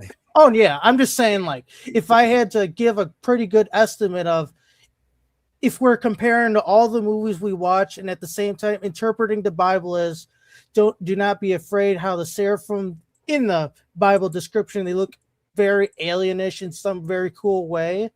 So I'm like, all I say is that'd be pretty cool, wouldn't it? Either way to me. Like the best way God's trying to do is describe what it, in his own words, like a miracle is pretty much a miracle. Like I accept all creatures overall. You know what I mean? This is weird. I can't really put into words. So excuse me, I'm a bit nervous in some way. Well, how about this, Chris? How about you join us for the next stream and we'll talk about it some more. All right? Yeah, but yeah, I hope you get what I mean. Like it's like faith in God is true. It's like we're not sure what he looks like or what his true form is in terms of I seen in the book of Revelations. It said something about a three-eyed what do they call him? A three-eyed lamb or something? What they call that? Was it three-eyed, seven-eyed lamb? Three-eyed. There Was was a it seven-eyed. seven-eyed? Yeah, there was a seven-eyed lamb. I remember Yeah, that. like that. That's why I was like, could this be extraterrestrial oriented? But yet at the same time, it's God himself, like extra dimensional and stuff, which is cool in itself too. So I'm like, just given internal human theories, so I'm like, could it? I don't know, but it's pretty cool. Open to accept new things. Yeah. Yeah. All right. Thank you, Chris. I want to hear Nancy. We're closing down. I saw you join. If you want to, make a statement and just say hi, go ahead. I can't. Are you on mute, Nancy? I can't hear you if you're speaking. There would be a mute symbol like an X on the mic. Yeah, Nancy, I don't know if you're speaking or not. I cannot hear you if you are. I think you have the wrong settings if that is the case. Nancy, type 1 in the chat if you can hear us. You usually have to mute the main stream so you don't overlap each other. I think Nancy is having technical difficulties. So how about this? Jill, give your final statement and then we might close things out unless Nancy is there. Something's wrong, Nancy. I can't hear what you're saying. So try to work on that. And Jill will be giving us his 2 to 3 minute closing arguments. Go ahead. Yeah, thanks for having me, Ace. I just wanted to give a shout out to the Christian King, the Christian King channel. He's always live. It's a truly an open panel, unlike a Sync's channel over there. Those clowns over there who basically don't allow you on if you're Jill. But it's called The Christian King. And I don't have a link, so I can't put a link to his channel, but he's basically on 24/7 open discussion for whether you're Muslim, atheist, Christian, doesn't matter. Everyone has an opportunity to speak, and it's like an open debate panel, a truly open debate panel, not an echo chamber. Speaking of echo chambers, the only thing I don't like is when people move the goalpost, like prove this, prove that, and then you try to explain, but you still have to prove it somehow. But you can't prove something until you actually know what it is. You know what I mean? Some people do that echo chamber fallacy. Okay. Yeah. All right. Well, that's all. Thanks for having me on, and that's probably where I'll be if anyone wants to come over there and chat. All right. Thank you, Joe. I'll be there. God bless you. See you next time. All right. Thank you. All right. Let's give Nancy one more chance. Nancy, are you there? I cannot help you, Nancy. I do not know what the problem is, but it's sad because I was Connect in which way? Something's wrong with her audio. She's here on the panel. Did she try to disconnect or reconnect? I don't know. Yeah, that sounds stupid, but yeah. The thing about Nancy is she's been having audio and technical issues for a long, long time. So, did she try? Excuse me for saying this. Resetting the computer? Maybe. Well, anyways, it doesn't look like it's going to work, and I'm feeling pretty tired, so I'm gonna. It's all normal. So, Chris, subscribe to my channel and be on the lookout for future, and we'll talk some other time. Sound good? If I can find a topic I can leech on to, sure. Oh, absolutely. Well, sometimes the topic is general religion. Sometimes the topic is sometimes a device not connected, Nancy. It's the same problem. Yes, like Christianity. Sometimes the topic is like Christianity. Sometimes the topic is like evolution. There's different, Christianity, I got. Okay, Christianity. When we talk about Christianity, you're certainly welcome to join and share your thoughts. All right. Yeah, I try not to attack anybody, but if somebody, as he did earlier, had some kind of pride to him, I'd be all like, you'd end up pushing someone away from the faith if they could be into it. Like military action, as I said before, is always a last resort. Like God always gives everyone a chance to correct themselves, but if they end up going down the, as they say, the corrupt road, then military or reap what you sow happens. That's generally what I think. It's like when somebody says they're, I should say, proud of how the correction starts, it's pretty much pushing people away more often than not, framing God as a war god oppression, when it's like morality in itself is fragile. But if, like Sodom and Gomorrah, like all we did see it was the end result, and God just pretty much plasma fired that thing because there were no good people left, because that place was corrupt straight up. And then there was Noah's Ark. You know how people frame God? Oh no, he murdered all those people, but as they said straight up in the Bible, there is no good person, and there was always evil in their hearts before, and he wept for the planet that was drowned. Yes. Yeah, he said that. Yeah, so I'm like, it's not that he wanted to. It's literally at that point, God literally reached end stage cancer of the world and saved who had good in their hearts. That's pretty much the deal there. Right. So, all right, Chris. Thank you. Yeah, no problem. I just wanted to make sure, because people wanted to label God as a war god, which I at first thought years ago that same feeling, until when you understand deep down, he really did not want to go down that road, but humans want to go down that road, and he knows what the end result is, but still tries to guide you with, how guide a child through, I should say, their own road, but say stay away from the land. Right. Yeah. Don't go into that minefield, but the child runs off into the minefield, but he tries to pull him back, and then humans, free will it up into Sodom and Gomorrah or the planet, which is sad, but That's what Right. happens. So yeah, Yep. I just want to All make right. sure. I just want to make sure I get a positive message out there. You know, You did a good job. Thank you, Chris. no All right. problem. Until next time. All right, Nancy, I'll give you one more chance. If I can't hear anything, then it's going to be game over. Are you there? And I don't hear anything. Still don't hear anything. All right, that was a good conversation. I'm shocked I made it this long. I really am. When I started the stream off, I honestly was like, I thought about just turning it right back off because I had totally forgotten that I had a sore throat because I hadn't spoken in so long or I hadn't said anything that hurt my voice. Here we are. All right. Remember, Objective Ethics was in the chat. Nancy was in the chat.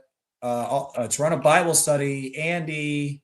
Toronto Bible Study has a channel. Set Scales has a channel. Yeah. Objective Ethics and Jill had a debate on biblical morality on Robin Webster's channel. If you look up Robin Webster on YouTube, go check that out. I will withhold my opinion for now. I want to review that debate and develop my thoughts on that more at this point. But very interesting points from both sides. Definitely worth watching. So Robin Webster, a YouTube channel debate between Objective Ethics and Jill about biblical morality. And yeah, who else joined? I think that's it. Anyways, all right. Be on the lookout for more streams. I try to do at least one per week. God bless.